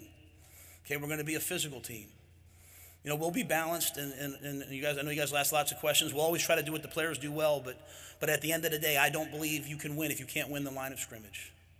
We want to have fast players, explosive players. We want to have speed. We want to have great quarterback play. But at the end of the day, through the weight room and recruiting, we want to have a physical team that can control the line of scrimmage and control the game. I believe that's the type of team that can win in the elements. That's the type of team that can win on the road. That's the type of team that can have a lead and keep a lead. That's the type of team that Nebraskans want to see. And then finally, how? Because it all sounds good. Press conferences are fun. But how are we going to do it besides just the work? I think it's important for all of us to understand that football has changed. College football has changed even in the last 2 years since I left. NIL, portal, transfer, all these different things. And I think for all of us, we can look at what we've done. We can celebrate the past. We can learn from the past, but we have to have an eye to the future. The game is changing around us, and we have to change with it. We have to recruit people that want to be Nebraska men. We have to recruit people who want to wear the N. We have to recruit people who want to pay the price for this team. Yeah, well, I know that there's some salary stuff now. We can, this guy can get this guy can get that, and we'll be involved in all of that because we want to bring the best players here. But at the end of the day, I want players who want to come here, who want to not just graduate, they want to be educated. They want to take advantage of this opportunity to change their lives in the classroom, to change their lives through education. I want to bring players here, and I want to have a program that impacts the community. That when you see a Nebraska football player, you know that wherever you are is better for them having been there. That they will always leave a place better than they found it. I want to bring players here who make the campus community better. Like, you're not going to see me and my family hanging out. Like, you're going to see us at the local diner. You're going to see us at the salt. Like, that's who we are. We did not come here to live in seclusion. We want to be a part of this community. We want to be a part of this community, and I want players who want to do the same thing. Get educated, graduate, impact the community, impact the campus, and then play great football. I mean, I want guys that want to be pro football players. I've had a chance to coach in the National Football League twice. So many players have left the University of Nebraska and gone on to the NFL. And while talent can get you there, character and integrity and work ethic and professionalism will keep you there. It stinks getting fired. But if there's one great thing that came out of the day that I got the phone call that I was no longer the head coach of the Carolina Panthers, it was all of the players who played for me that are playing in the National Football League or who are going to medical school or going to business school who all said, you know what, Coach, my life is better for having been a part of the program. It's not about me, it's about all the people that touched them. And so as we come here to the University of Nebraska, it is my intent to leave the university a better place for us having been here. It is my intent to make Nebraskans proud, but most importantly, for every player, walk-on or scholarship, young or old, for every player that comes to play for us, that comes to practice in these facilities and sit in these meeting rooms, I want them to look back someday and say, you know what? My professional life, my personal life, my football life, it was all better for having been a Nebraska Cornhusker. I've gotten calls and texts from guys I know who play here, guys that I don't know who play here, and the pride and passion that they all feel for having been here and worn the jersey and been a Cornhusker, I want all the future generations to feel the same. So I will do my utmost best. I will do my utmost best to respect their tradition, respect that honor, and I hope that you guys will trust me to take us to another place, take us into the future, because it can happen. And as Trev said, the time is now. The time is now. And it's not really just about me, it's really about all of us, because we have to be all in. If you want to see something fail, have a bunch of people stand around and wait to see it fail. If you want to see something succeed, everybody, even when you disagree, just move ahead and push ahead. It's going to take everybody who bleeds red to get the Nebraska Cornhuskers to where they're supposed to be. But we will do it, but we'll have to do it together. It's my honor. It's my family's honor. I want to make sure I thank them again. I want to thank my mother and father who couldn't be here but who are so critical in my life. I want to thank all the players at the Carolina Panthers. I want to thank all the players that played for me at the Baylor Bears. I want to thank all the players who played for me at the Temple Owls. I would not be here in this moment, in this iconic program, if it wasn't for them. And I also want to thank, well, the pictures in the back, whoever picked that picture of me with the Nebraska red, that's got to be at least 10 or 12 years ago. And I don't look that good anymore. So I want to thank that person. I'll just finish with this. As we went through this process, and there were bumps and hurdles, and Trev had to overcome some things, contractually, and there were a lot of forces at work. Anytime things got difficult, my wife would look at me and she'd say, Admiral. She'd look at me and she'd say, Trev, trust the people. I trust them. I'm just so grateful that they trust me. Thank you so much.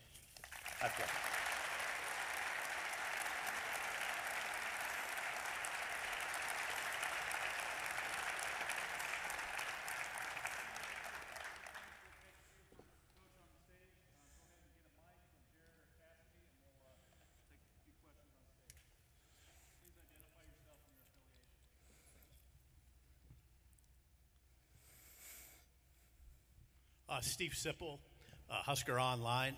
Welcome to Lincoln, Coach. Thank you. You talked about the line of scrimmage, and I'm wondering a couple things. Did the line of scrimmage come up in the interview process, and why are you confident that you can fix that part, enhance that part? Yeah, I think when I talked to Trev, we talked a lot about just, hey, what's your philosophy, right? So if you found a player that played for me at any of the three places, they'll probably say 5 or 6 things. Don't beat ourselves, win the line of scrimmage. Which means run the ball and stop the run, protect and affect the passer. So there's core tenets that I believe in. How you get there. At Temple, we were a fullback in the I formation, and occasionally spread out. When I was at Baylor, I had 4 NFL wide receivers. We were spread out, but at the end of the day, the offensive linemen and the defensive linemen in high school football, college football, and in the NFL, they determine it. So in terms of getting there, I'm walking in a little bit blind in terms of, I've seen the games on TV. I've had a chance to watch. This process has gone on so long, so I've had a chance. But, I'll have to get into spring. I'll have to see where we are to know that. But for me, it's just a vision. A vision doesn't mean that's the picture that's here. The picture that's here, I have to get into that. But the vision is to build up front, and that's not just recruiting. That's also the weight room. That's also the way that we want to train. And I'm confident because we've done that at Temple. I think right now there's 24 guys playing in the National Football League from Temple and Baylor combined, and none of those guys were 4- and 5-star recruits. But we were able to develop them, so that'll be our plan here as well. Hey Matt, Brian Christopherson from Husker 24/7. Welcome. Thank you. Have you had a chance to talk with Mickey Joseph? There's a lot of interest in him around here after the job he did, and what goes into the considerations of possibly retaining people who were on the staff? Yeah, I reached out to Mickey right when I got the job. I'm looking forward to talking to him at some point here and talking to the rest of the staff. I've been on both sides of it. I've been an assistant coach on a staff that's been let go, and I've always appreciated the coach coming in and talking to me. So, I'll try to be thorough with that process over the next couple of days. My family will go back tomorrow, and the most important things to me right now are the current players. I need to sit down with them and talk to them, right? Like, they know the issues in the program more than anyone else, good and bad. And I say issues, I mean like good things. Hey, this is great. Hey, so I need to talk to the players, and I need to talk to the staff and coaches. To me, it all comes down to fit. People have to want to be here, number one. They have to want to be in the role that they're in. And, we have to all move forward. Again, when I've not had success, it's when, some people are pulling in one direction. There will be a very clear vision, a very clear process for how we do things within the walls of the football program and, within the X's and O's. And so any staff member that's bought into that, I'd love to talk to. And I agree. I think Mickey did a fantastic job. And I've known Coach Joseph for a while before that, not personally, but professionally. Excellent recruiter. Players love him. So I'm anxious to have a chance to visit with him and the rest of the staff. Hey, Coach, Sean Callahan with Husker Online. I'm just curious, how important is this first week, obviously, to get the roster stuff figured out, but to learn the NIL, the transfer portal days, December 5th, you go on the road on Friday to start seeing recruits. These first 4 days in Lincoln, how big are they just to kind of figure out where this is all going for you? Yeah, I literally, I got home that first day after no longer being the coach in Carolina and had a school call me. And so I've been working on this for a while, again, there was a lot of thought in our family that we would take the year and take the year off and, just spend some time together. And I think that's really important. I think it's important for recruits to hear. I've told every recruit I've talked to, like, man, I'm not making more money to work today than I would have been if I was playing golf back in Charlotte. Like, I could be on the golf course making the same money today. So this wasn't a financial decision. This was, oh my goodness, I think I can fit there, and I think the people are right. So I say that to say that I had all that time to really dive into this, study some things NIL-wise, study some things, obviously the transfer portal, and so I think this week's important. I mean, we've gotten going right away. We have a certain profile that we like to recruit to. We like big, fast guys. Even if they're a little bit developmental. So we want to get as much speed as we can get anytime we can get it. So we've already gotten started with that. We just need to sit down with the guys that are here and see who else they were recruiting besides the guys that are committed. So this week's important. I don't know if I'll sleep very much, but you know what? Next week will be important, and the week after. And here's what I know: the future of Nebraska football is not hanging on one decision. It's hanging on the accumulation of day after day after day, great recruiting, great development, great coaching, great teaching. So we'll just try to make sure we do that. Just say what's next every day. Hey, Matt. Eric Olson with the Associated Press. Had you not come to Nebraska, did you have any other opportunities to coach elsewhere? Do you have some of your staff set already? Are you going to bring some guys with you? So I'll say this humbly and only for recruiting, because normally I wouldn't say this, but I was offered other jobs, yes. And I just decided that this was the right one for me. So I had the chance to maybe sit a year. I had the chance to, I had some opportunities to do some TV and some broadcasting. I was offered, some other college opportunities. But I only say that to say how special this is. That we didn't say, hey, we better go take this job. We felt like this was a really special place with really special people, great alignment, great resources, and then a fan base unlike any other. I can't wait to bring recruits to games and let them see what a game at Memorial Stadium looks like. Sam McEwen from the Omaha World Herald. Welcome to Nebraska, Coach. You're coaching in a league, a specific league, the Big Ten. It has a context. What do you know about that league, having grown up watching it? What kinds of players and coaches do you need to bring here to win in this league? Yeah, it's a great question. Obviously, having been at Penn State, the Big Ten was a different way, maybe a little bit at that point, a different type of a league. But, again, it goes back to the things I talked about. The margin for error in the Big Ten in most games is pretty slight. You can't beat yourself. You have to be a team that executes. Typically, if you look at the Big Ten, whoever has the best quarterback play is typically going to win. So you need to have not just a quarterback, but a system around the signal caller that lets them be successful.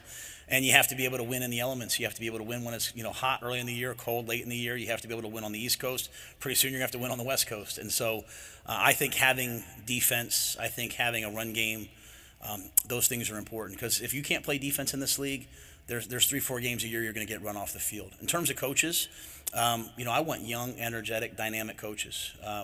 Whereas there's some leagues where you have to go hire some names, and there's some guys that hey, he's a recruiter and he's been in that area a long time. I think my ties recruiting and our ties recruiting in Texas are something that we're going to lean on. I think you look at the history of Nebraska and its ties to New Jersey, so we'll obviously, those are places that we're pretty well known, and then Florida. Those are the distinct areas. And then to me, just studying this job and taking a lot of time to study this job, the in-state talent I'm excited about. And then you draw that 500-mile radius, making sure that we have the best, these might be little things, but I want to have the best summer camps. I want to have 2,000-3,000 kids a year come into our camp, not just prospect camps. I want kids when they're 8, 9, 10. I mean, everyone should have a chance to be a Husker for a day. And, that's how you find the players that go off and go to an FCS school. Like, I don't understand why I'm in the draft last year looking at first-round guys at FCS schools. Like, I want them here. I want to find those guys. And so finding coaches that are going to – I don't need celebrity coaches who are going to go see one school a day. I need coaches that are going to go and do it the old school way, go see 6, 7, 8, 9 schools a day, speak at a clinic, call recruits. So we're going to have a hardworking staff. In terms of, do I have some guys lined up? There's some guys I'd like to bring with me. I want to be respectful of the staff and talk to them as well. But, we need to be able to hit the ground running here soon. Hey, Matt. Joe Nugent, WOWT TV. How you doing? Good to see you. Yeah, good to see you, too. Curious about the 2 rebuilds that you led at Temple and Baylor. Why do you think you were successful there? Why do you think you'll be successful here doing the same thing? And what do you think is a fair timeline for being successful? Yeah, I think the other 2 places it was really simple. We found the right people, found the right staff. Then we found players that we could develop, players that loved football that wanted to get developed.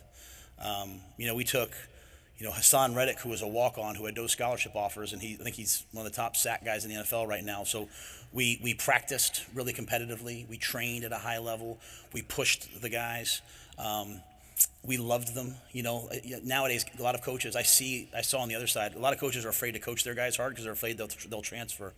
Well, I really feel like if a player knows that you care about them, if they really believe what I said earlier, that, I want your life to be better for having been here, not just because you're a good player, then you can coach guys hard. So I think the old school things of developing guys and pushing guys and wanting them to be better is what got us there at those places. And then we had great support. I won at Temple because, I had a great athletic director in Pat Kraft, Kevin Clark. I had a great president in Dr. Neil Theobald. And so when people were sort of saying, like, what's happening, they would calm the waters, and eventually we broke through.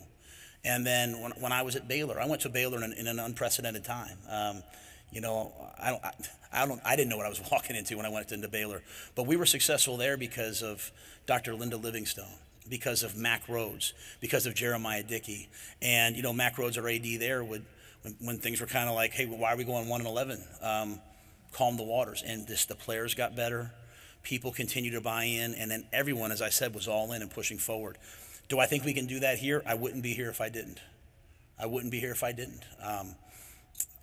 just can't say that enough. I would not be here if I did not believe, A, in the players that we can get here, B, the history of Nebraska and their belief in player development, both on and off the field. In terms of timelines, I learned at the last place, to be careful I probably didn't want to give a timeline. I want to win tomorrow. I want to win right away. If expectations sometimes run real, people get frustrated. I just know this: we're gonna work our tail off starting today, and we'll do it as fast as we can. Matt, welcome. Mitch Sherman, The Athletic. You mentioned Trev and Admiral Carter and your respect for them. Can you get into a bit when and how the interaction began with them and what your what that came back to, how strongly you feel about them and how that's grown through this process? Yeah, I'll defer the timeline to them just so I don't get on their bad side right off the bat. If I say anything wrong. But no, it's funny. I remember the first time I talked to Trev on the phone.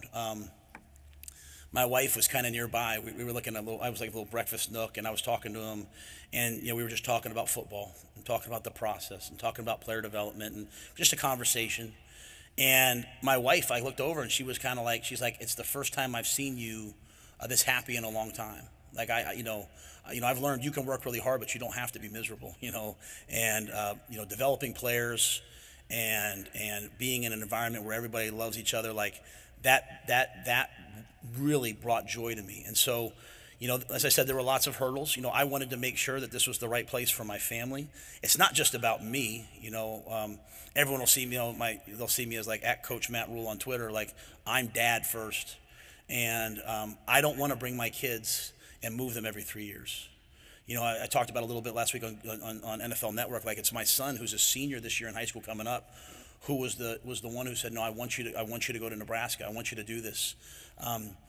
He'll make whatever sacrifice. If I have to stay back there, Dad, I will. If I have to, whatever it takes. And so it was because everyone really, really, really trusted Trev and his vision.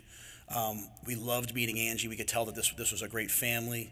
And then, President Carter was at Navy when I was at Temple. And so we had that crossover. And so played in the championship game. So, at the end of the day, I always want people to kind of know what I'm going to bring, know, hey, this is how I'm going to do it. This is the way that we're going to do it. And, President Carter, having that history with me was really important to me as well.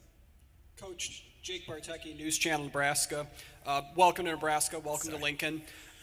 Recently, you've gone from college, then a few years in the NFL, now back to college. After leading a team at the highest level, do you feel like you are better prepared to be a college coach now? Do you feel like it made you a better coach? 1,000%, I should say. It made me a better man. It made me a better person. When you're in the NFL, and very grateful to the Carolina Panthers, and there's so many wonderful people in that organization. But when you're in the NFL, you're depending on a lot of different things. There's so many parts that have to come together, and so recognizing that and seeing that and being a part of that, I thought was great for me. Learning how to deal with challenges and adversity and all those things was really good for me as well. Dealing with the professional athlete was probably the best. Having a conversation with Amir Abdullah and then having a conversation with Christian McCaffrey, like. Two guys, same position, completely different people. And as I said to the team today, it really taught me, and Coach Coughlin tried to teach this to me, but I relearned things because I'm a little hard-headed at times. It's not coach-player, it's just people. We're just people, right? We all have different roles. I'm the coach here, but we're just people. And so I think that interaction with the players really, really taught me. And especially this year, I was on the hot seat from the end of last year to the middle of this year. And when you're a coach that's on the hot seat, do the players really have to listen to you? Do they really have to buy into you? And if I'm proud of anything, it's the relationships and the guys. It's the guys on that team that went out and won yesterday. It's the guys on that team that had my back throughout that process, the guys that called me since I got that job. And I think that shows me that I can come back to college, continue to push guys, have the same relationships. And the final piece is, we've always been known as a player development group. I know it so much better now. Like, anybody can get you to the National Football League.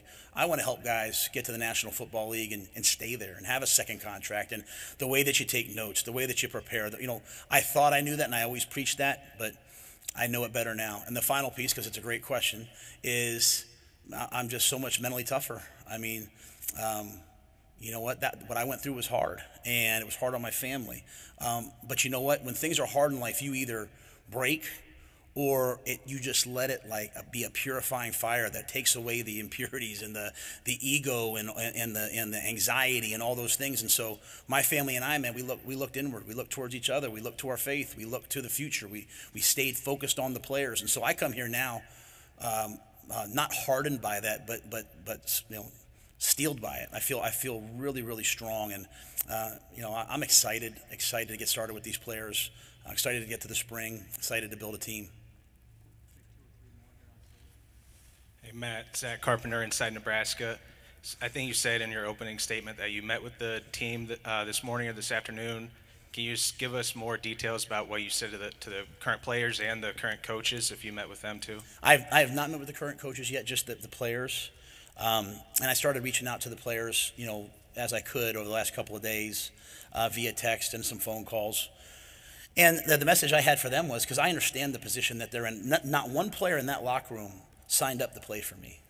Not one player was recruited by me. Not one player chose to come for me.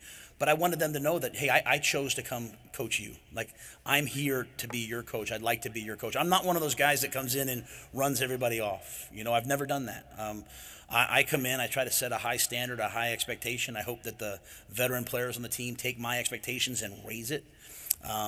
And so I said that to them. I wanted to make sure that they knew that when they got back in the spring that we were going to work at a really high level. And hard work is not punishment. Practicing and playing football is not punishment. Being physical at practice is not punishment. I wanted them to understand that the way that we can get to where we want to be is on the practice field. It's through competing. That I wanted them to all be a part of it. I think it's an honor. I think it's a privilege to be a Cornhusker football coach and football player, and I wanted them to appreciate that. And then finally, I told them I'd be here all week, and I look forward to talking to each guy. I want to hear their perspective. I want to hear from them. I think that's really important for me to learn more about this program right now. Hey, Coach. Steve Mark with Inside Nebraska. You've coached on both sides of the ball. Is there one specific side, offense, defense, that you're really passionate about? Not really. It's a great question. We've always historically, at Temple, after a couple of years, we were in the top 10 in defense. At Baylor, our last year, I think we were in the top 5. I think we were in the top 5 in takeaways on defense. After 1 year in the NFL at Carolina, we were number 2 in the NFL in defense. So we've always built a culture of defense. I've tried to always offset that, on the other side by, trying to run the football and be physical on offense, things that we got done at Temple and Baylor at a pretty high level. But I think everything's important. I really do. When Trev says complimentary football, I just think what you're saying is that every single play counts. And in today's world where we all get pulled in so many directions, trying to teach the team that, everybody just needs to go out and win the rep. If everybody wins the rep, forgets the play, what's next, win the next rep. So, I'm passionate about the game. I love offense, I love defense, I love special teams. And I think that's why, I try to hire staffs that are great teachers, have lots of energy, care about their players, and then I have enough knowledge maybe on both sides to see if there's a problem and step in if ever needed. Lauren Michelson, KLK News here in Lincoln. You mentioned talking with Tom Osborne over the weekend, and a bucket list item for you. Can you expand on that conversation and any advice he shared with you? No, Coach was great. He just welcomed me, and I just told him, I said, hey, I wouldn't take this job if I didn't have your blessing, and he kind of laughed and said, you don't need my blessing, but I trust Trev, and I know that you'll do a great job, and I'm thankful that Coach Grant Taff, who's a special person in my life, and Coach Osborne have a relationship. So I think that they were able to maybe visit a little bit, but yeah, it was great to have a chance to talk to Coach Osborne. He's someone, as I said, that I've looked up to as a coach. You see a lot of things on sports today. You see a lot of things on ESPN today. I grew up in the era of the gentleman coach. The coaches that would battle for 60 minutes and then shake hands and go clinic together in the summer, and that was Coach Osborne, that was Coach Paterno, that was those men. And so he said he'd be here for me if I ever needed it, and I will certainly take him up on that. Amy Just, Lincoln Journal Star. As you stand here today, what does success mean to you? Like, what does a successful team look like, and how do you get Nebraska back to that? Yeah, I think the first step, because I really talk in steps, and I'm not saying they're not there right now, so I don't want to ever say that. I think the first thing is that that we are those 3 things that I talked about, like that we are really a tough team, that, no matter what the situation, no matter what the circumstances, we do what we say we're going to do and get it done, that this offseason that we work really, really hard and that we compete. You can sometimes in football get so caught up in the results that you forget the process. And so I think if you're those 3 teams, then if you lose by 2 or you lose by 20, it's the same thing, you lost. And sometimes we fool ourselves into like, oh, it was a close loss here, it was a close loss there. This game, you go out each week with a mission, you either win or you lose.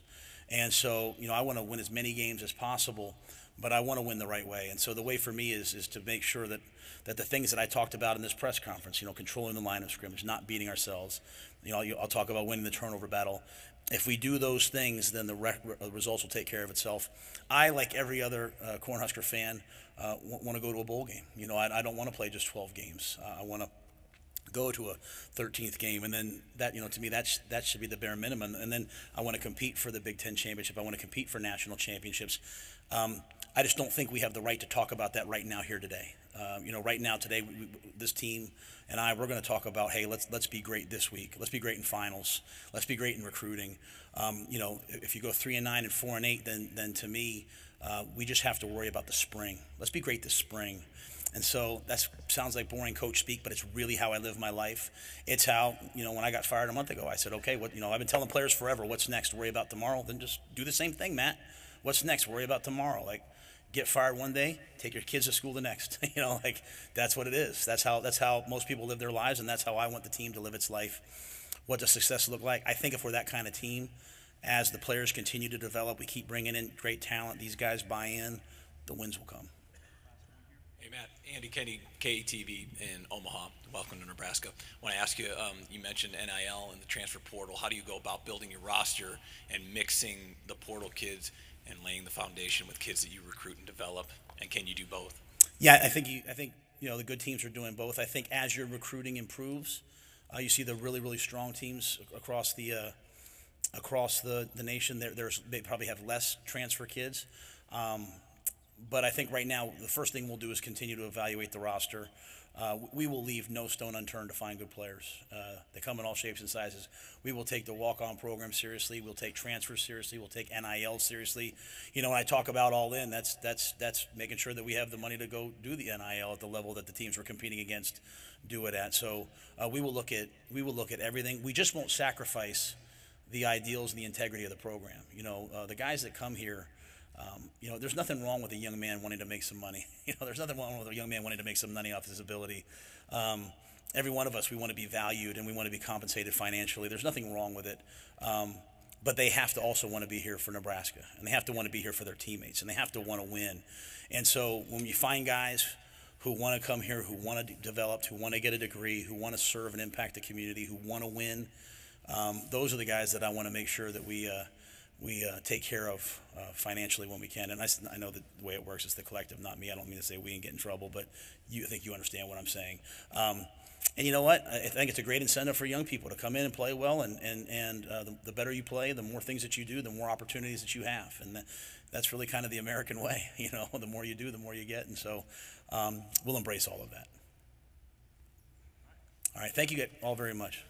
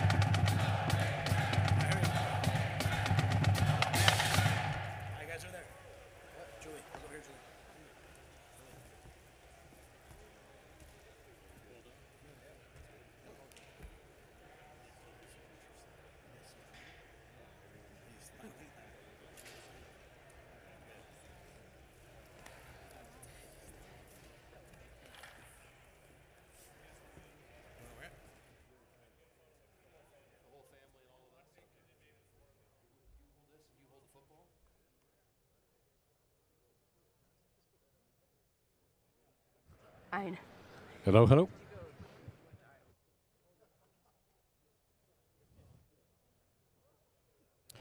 And welcome back down on the floor of the Hawks Championship Center. We just heard from the newest football coach, the 31st head football coach for the Cornhuskers, Matt Rhule.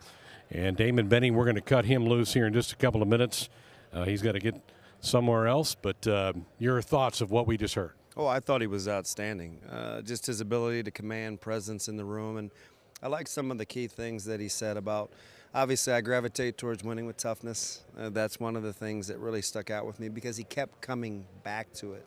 And I think the other thing is that he has a process. There's a way in which he wants to build this program, and he's had success doing it. I was impressed, very impressed. Surprised that he didn't allow more talk about who the staff is, or is he okay to keep that under wraps for now? I think he's okay there. Just, you have to respect the staff that's here now just as an adult. He's a person-to-person guy, and you don't know what you're getting with that staff in terms of insight, who may be good or have attention to detail in specific areas. And, I have a couple of guys that I think he sees from afar that he wants to maybe bring over. So I think that combination is a fine line to navigate, but I'm okay with how he handled it today. A lot of talk about the line of scrimmage. That'll probably go over well. Yeah, I think that's the only way you can win in this league. Ohio State figured it out. Flash and dash is good, and having skill is great, even a great quarterback. But their inability to control Michigan at the line of scrimmage has ultimately been the difference the last 2 years. We've seen it with Iowa. We've seen it with Wisconsin. It's how the West will be won. And if you want to think big, it's got to start up front. Big week coming up, right? I mean, there's a lot to do in the next 7 days for this guy. Yeah, between the staff and recruiting and having a game plan to meet with your coaches and kids, it's a lot going on. But he appears to kind of have it mapped out in his head. You can tell by how he talks that he's definitely got a plan. All right. Good work today. Let's hope for some better days ahead. Absolutely. There he is, Damon Benning, with us as we continue coverage of the press conference. Matt Rhule being named the new head football coach of the Cornhuskers here inside the Hawks Championship Center. Well over 400 people in attendance for this. They had 200 chairs set up, and there were at least another 200 people that were lined up to hear from the new head football coach of the Cornhuskers. Again, twice a head coach at the collegiate level, first at Temple, then at Baylor, and then most recently in Carolina in the National Football League to run the Panthers program. And a lot of talk about his relationship with Trev Alberts and Ted Carter and Ronnie Green. And Jessica Cuddy now joins me along with the new head coach of the Cornhuskers, Matt Rhule. Greg Sharp with you. Nice to meet you. What's going through your mind right now? What are your emotions? Well, what's going through my mind is where am I supposed to be next? And just emotionally, I'm excited to get here. It's been, as I said, these guys did a great job. It's been a long, thorough search. Just the last 48 hours.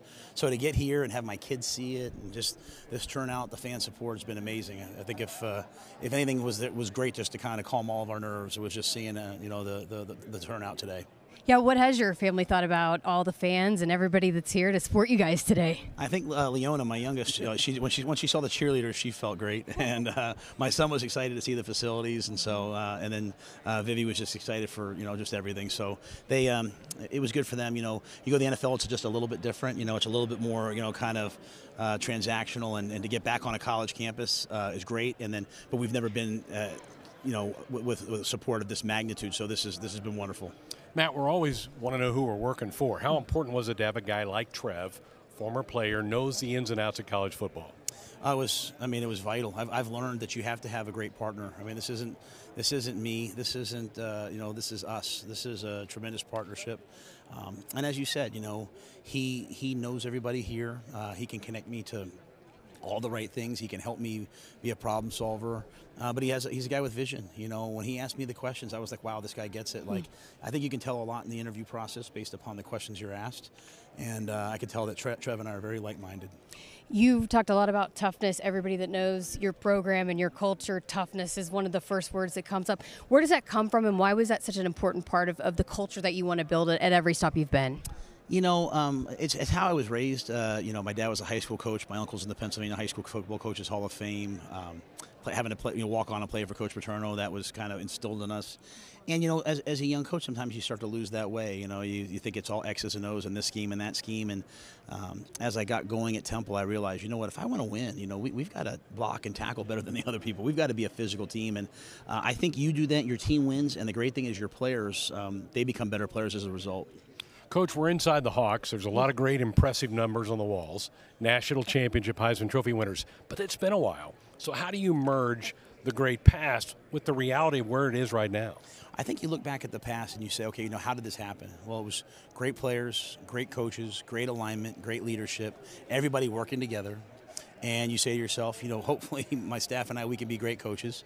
We have to, develop the guys on the team and go get great players, and we're lucky to have great leadership. And so when I felt that alignment, I said, you know what, I think the University of Nebraska has the alignment that it needs to get back to where it's supposed to be. How do you get guys to buy in to what you and your staff are trying to implement here? I think the buying in is on their end, not ours. I think what we have to do is we have to be relational. We have to explain why. We have to be patient with guys. I mean, these young people nowadays, man, they're dealing with a lot of anxiety, a lot of stress. What's the new coach going to be like? What's my role? How do I fit? And so I just think the more time we spend with players, the better off we are. And you know what? I just always believe, just be yourself, and if it's right for somebody, it's right. If it's not right for somebody, then it isn't. But more guys than not will, I think, embrace the way that we do things, and when they see the results, hopefully it'll make it more guys buy in. How anxious are you to take the coat and tie off and get to work? This is the longest I've worn a coat in a while, so I can't wait to put a sweatshirt on and some sneakers and start watching some tape. Congratulations. Great to have you here. Can't wait to get this thing cranked up. Thank you so much. Thanks, Coach. Matt Rhule with us here in our continuing coverage of the Nebraska's announcement of their 31st head football coach, and Matt Rhule. We've got some more distinguished guests about to make their way in. The president of the University of Nebraska, Ted Carter, joins us now. Congratulations. Big day, right? What a great day for Husker Nation and really the entire state of Nebraska. This is a landmark occasion. Coach Rhule talked a lot about how you guys go way back, even before this search. What was your initial impression of Coach Rhule? Well, he's exactly what you saw today. The guy's authentic. He means what he says. And, the American Athletic Conference, when Navy joined after being an independent for well over 100 years, it was fairly a tight group. I mean, the university presidents and the coaches got to meet once a year. And I still remember meeting Matt the first year he took over at Temple, and we had beaten Temple for years. And 2016 was the year that we finally broke out. We were the West champion in the American Athletic. We had to play the East champion, which was Temple, and we were number 19 in the country at the time. We'd beat Notre Dame that year. We beat number 5 Houston. So, I mean, we were on our way to the Cotton Bowl. And Temple showed up and absolutely hit us in the face. We were a 2-touchdown favorite. We lost by 3 touchdowns. And we lost to Army that year after 14 years in a row, and we lost our bowl game. So Temple did that, and that was Matt Rhule. So Matt and I go back. We still remember that game with a certain level of fondness, and it was an easy connection for both of us as we were going through this process. You are now fully indoctrinated as a Husker, and you're fairly new to it. How did that maybe help you convey that and what this place is and the spirit and the fight that's here to win at football? Well, I'm 3 years in as the university president, finishing up my 3rd year. And I think as you look at Matt's career, there's some interesting similarities to the military. This guy's moved around a lot, had to build programs quickly. That's something similar we do in the military. So I think Matt and I had this common bond there. And he could look me in the eye and say, "You chose Nebraska." And I said, "Yeah, and I love it here. I love the whole scene. I love all the athletics, the fan base, no better than any place else in the country, great legacy. But we're in a place now, as you heard today, an intersection in our time. We want to get back to the level of greatness that we've come to enjoy over, the last decades. And Matt wants to be part of that." You obviously are very familiar with toughness, right? How much do you like hearing that, the toughness? And he wants his teams to really embody that. For me, that sold me. That's the most important element. That's what culture's all about. I know Mickey was infusing that into the team. I think that's why we won this past weekend. But we've got to now have that every day, and we've got to have it to a place where we can get and sustain this over the years. Since the day Matt's been announced, the phones have been ringing off the hook. People all over the nation know how important it is for Nebraska football to be good, because that makes college football good. And a lot of people want to be part of this now. It's exciting. You mentioned Mickey, your appreciation for the job he did the last 2 months. Yeah. I knew Mickey when he got here. I knew what he meant to the players and what he meant as a recruiter. It was a pretty easy decision once we made the decision to let Coach Frost go, that Mickey would be the interim coach. And then, after Oklahoma, tough situation, he comes back and wins a couple of games. And I met him and had private time with him. I can just tell you, Mickey is authentic. He is genuine. He wants to be part of Husker athletics. I hope there can be a way, and hope that he'll feel still part of this program, because I think everybody wants him to still be part of it. What was your perspective of how Trev Alberts handled the search and all of the process that went into getting Matt Rhule here today? I appreciate this because I've said it publicly, and I want to say it right here. Trev Alberts ran an incredible search, analytical, strategic, thoughtful, and when he said that we picked Coach 1A, let me be clear about that. This was our number one choice. We had nobody turn us down. We had a lot of options out there. And, picking these coaches is hard because you're going to deal with either another team, whether it be a college team or a pro team, and it was complicated. And Trev did a masterful job of keeping all the options open, even up to, and at the end of the day, as you all know, this was kept pretty quiet. Yeah. I mean, there were no leaks on this. And, part of my job was not only helping him get to the final answer, but I have to keep all the Board of Regents involved. They need to have that fiduciary and sometimes policy oversight. And I was pretty open with the board, and there were no leaks from the board either. So it was really good. Well, congratulations. Enjoy the day. This is a celebratory day and the start of a new beginning. It's a new beginning, and everybody should feel very hopeful, optimistic, and as Coach Rhule just said, we should expect to win. Congratulations. Thank you.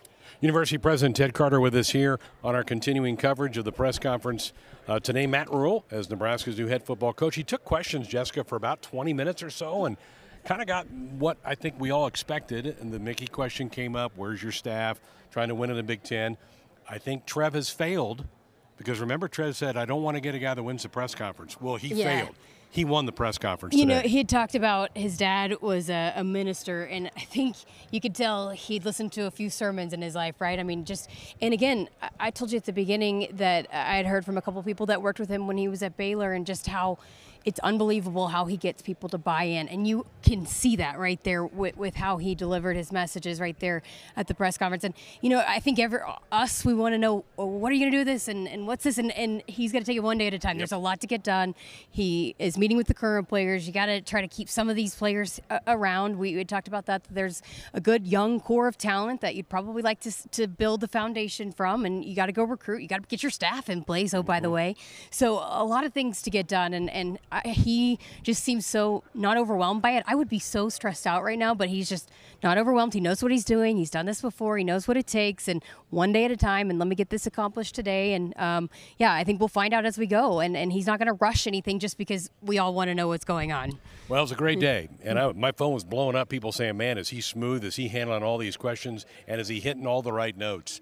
And I think it was a great start for Matt Rhule. He knows he has a lot of work to be done. I couldn't wait to ask him about ripping the tie off, because I know guys like that don't want to have a tie on. They want to be in their sweats and get going and getting after it. Absolutely. He is just chomping at the bit. And it's funny to hear him talk about how there was no way he could have just taken a year off, right? I mean, he loves coaching. That's what his son had told him, that, Dad, you got to go coach. And so, this is what he does. And I also, too, I think he's probably appreciative to get back to the college game, And we heard him talking about his time at the NFL and how that's going to make him a better coach. But I think you can just tell, and talking with a lot of the guys that we've talked to that are on the national level, that he's a college guy, right? And I think just seeing his excitement and his hunger to get going here, you can tell how much he loves it and is invested in these guys and wants to help develop them as players and as men.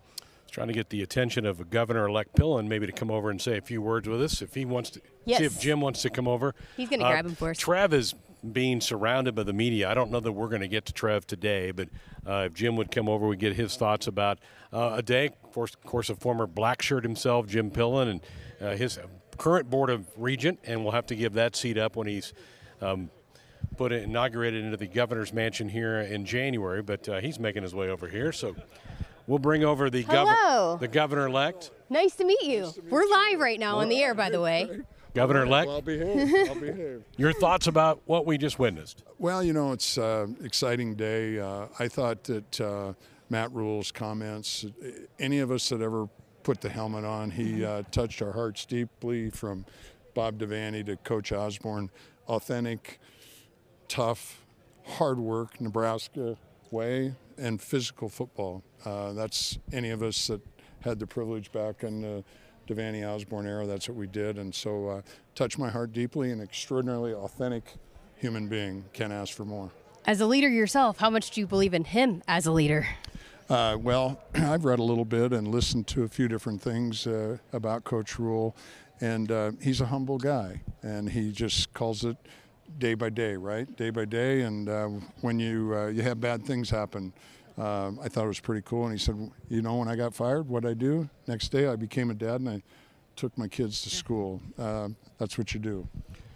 Governor-elect, I'm disappointed that there weren't more leaks. How about this search? Nobody knew what was going on for weeks and weeks on end. How about that? Well, it's just kind of leads to the leadership, to Trev, and the leadership we have at the university. And everybody's lips were sealed, and everybody worked really, really hard. And that's the Nebraska way. Integrity, character, confidentiality. That was the way it's supposed to be. I told Jessica, Trev mentioned months ago he didn't want to hire a guy to win the press conference. I go, well, he failed. Because Matt Rhule, I thought, won the press conference today. Well, it's okay to win a press conference. It depends on what happens tonight and tomorrow and the day after and day by day. And I think we all have reason to feel good. Obviously, Matt can communicate. Relationships are really important, and that's the backbone of everything he's done in his career. And that's a big deal. And with Nebraska fans, the best in the world, I think he found a fit for his family as well. That's pretty cool. Yeah, and he talked about how neat it was for his family to see the fans showing up to welcome him and his family, and the people that are here, the former players. That's not surprising to you, I suppose. Well, we are Nebraska, right? And there's no place in the country that's sold that place out for 60 years now. It's rather extraordinary, and that's who we are. And it's as I say, we're the greatest people on the planet, and we live in the greatest place on the planet. Good to see you. Yeah, congratulations on your new job. Well, thank you and we'll be in touch. All right, good to see you, Greg. Governor-elect Jimmy Nice to meet Pillen, you. current member of the Board of Regents. He'll have to give that up here in the next 60 days to become governor. Trev is making his way over toward us. I'm going to recap a little bit about what Matt had to say during the press conference. He talked a lot about the line of scrimmage. He talked about kind of a daily process of moving through this. He understands the timelines that are coming up with the opening up of the recruiting period on Friday and with the transfer portal opening up a week from today, but he doesn't want to rush that. Knows that there's a process and a step-by-step process that he has to take to make his way through all that. So those were some of the highlights that he had here today. And Trev's gotten intercepted, didn't he? Yes. He got intercepted. He's chatting, but they said Seamus assured me that he's coming. Okay. So if anybody's going to make it happen, it's Seamus, right? Seamus is working on a lack of sleep. The Right? basketball team got home about 2 a.m. last night from their win in Orlando over Florida State. But Seamus is a rock. He can keep going. I mean, listen, I would not have made it through my first year without Seamus. I mean, he just, when people would say, who is that? Why am I talking to her? He would just shove people at me and say, no, talk to her. You got to talk to her. So Seamus was a lifesaver my first year at Nebraska. Well, Matt Rhule I think he's made his way up to do a hit on BTN. Yep. Those conference networks want to be a part of that as well.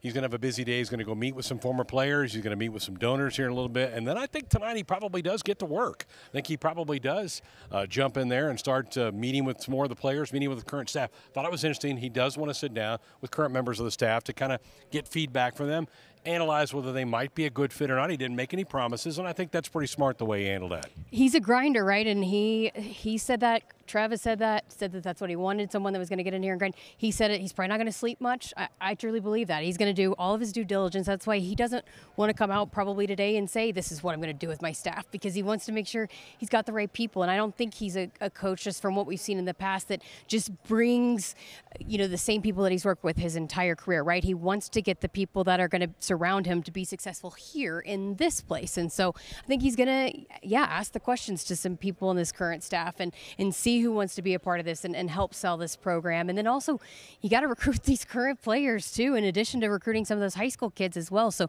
a lot to be done. I really do believe him when he says he's probably not going to sleep much this week. I was trying to peek around. There were a lot of former players that were here. I don't know if there were many current players that attended the press conference. I did see some members of the current staff that were in the back of the room. I did not see anybody from the current team that was at the press conference today. And it got stopped. Do you need to play some defense? Do you need me to play some defense here? Shield these people off from him. Congratulations. Well, thank you. It feels great. member of the media just asked me that, and yeah, this has been a long process, you know, and it's been tough. And there were days when it looked like it wasn't going to happen, and I was distraught's a little strong, but really disappointed, because I felt like Matt Rhule all along was the perfect person, you know, for this program, and he knows how to build and rebuild, and he's adaptable. What he built at Temple was way different than what he built at Baylor, and I think what he'll build here will look different than those two. But I think he's a premier college coach, and we're fortunate and blessed to have him as ours. In conversations that you had with him throughout this process, was there any one thing that really stood out to you that you know you'll carry with you from this whole process?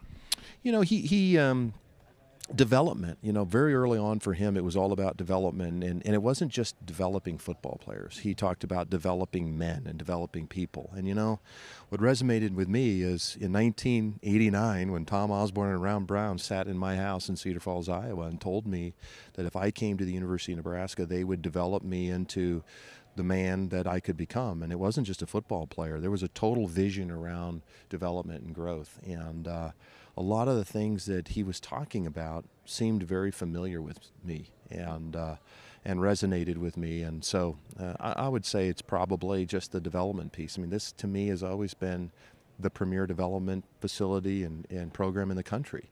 And to have a coach that believes in that, who can identify, you know, I look today, I've talked to some of my former teammates, you know, the way recruiting going today, I'd have never been recruited to the University of Nebraska, but it was Tom Osborne who had a specific type of player that they were looking for, and I think Coach Rhule also identifies talent that fits his culture, and he develops them, and I think that'll fit really well here.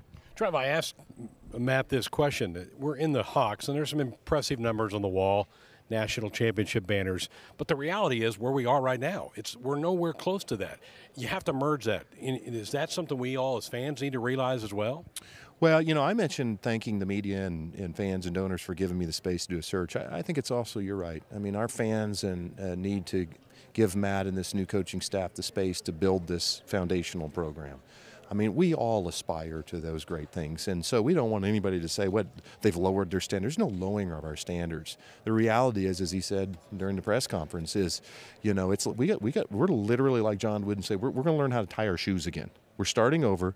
We're building the base foundation. We're not going to build it on sinking sand. We're not building it on, you know, we're going to build it on a firm foundation. And then we're going to slowly every day win the day.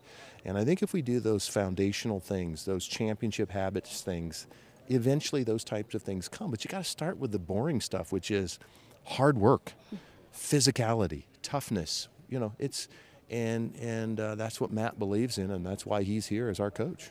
What did you learn throughout this process? What will be your big takeaways? Don't ever go through a major coaching search. It isn't very much fun, and I'm never doing it again. No, you know, I learned a lot. You know, these are, you know, negotiations are hard. You know, give and take. And what made this particularly interesting is, you know, they're hard enough the way it is when you deal with a university and you have, you know, a client and an agent. What made this more challenging was there was a third component to it, which was the Carolina Panthers. And everybody was great. I'm not, you know, but when you have this tri-party deal that you're trying to get done that everybody can feel comfortable with and feel comfortable with the risk of moving forward, I think it was particularly challenging in this situation. But, you know, I learned a lot about our staff. You know, I was remote for 2 months. Nothing changed. Staff just jumped in. Look at what happened today. I didn't do any of this. Look what you guys have done. This is beautiful. This is wonderful. Matt and his family are blown away.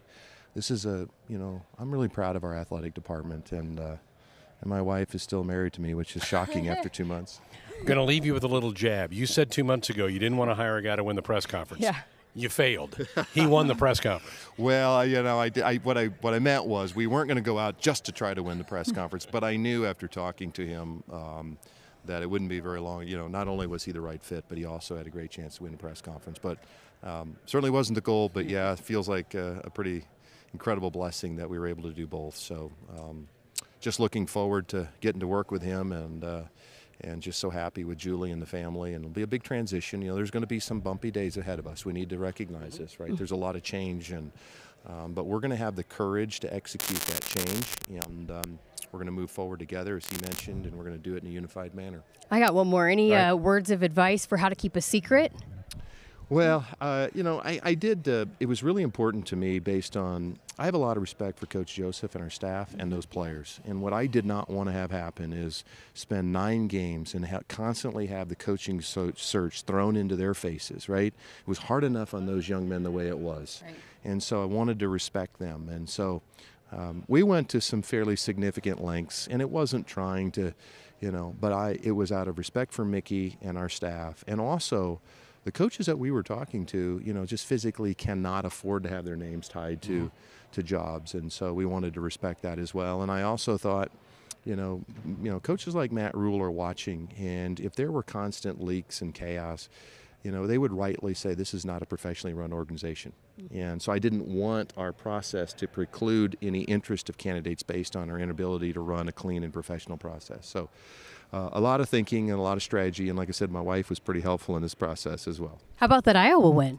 That was spectacular. And I told the team today, I obviously was at the game, but I had to fly back immediately. I did not get to go down in the locker room and celebrate with them like I'd wanted to. But, to see Mickey and that staff and those players get to enjoy that moment, for me, just felt so good. I'm so proud of them, and now we're moving forward together. Congratulations. Thank you so much. Thanks, Trev. Trev Alberts, Athletic Director for Nebraska. Well, that's going to put a wrap on our coverage here today. Pretty good day. We'll have a lot more tonight on Sports Sunday, but I think today was a win for Nebraska football and a good jump start into the future. Yeah, this is fun, and you mentioned it. I mean, just killed the press conference.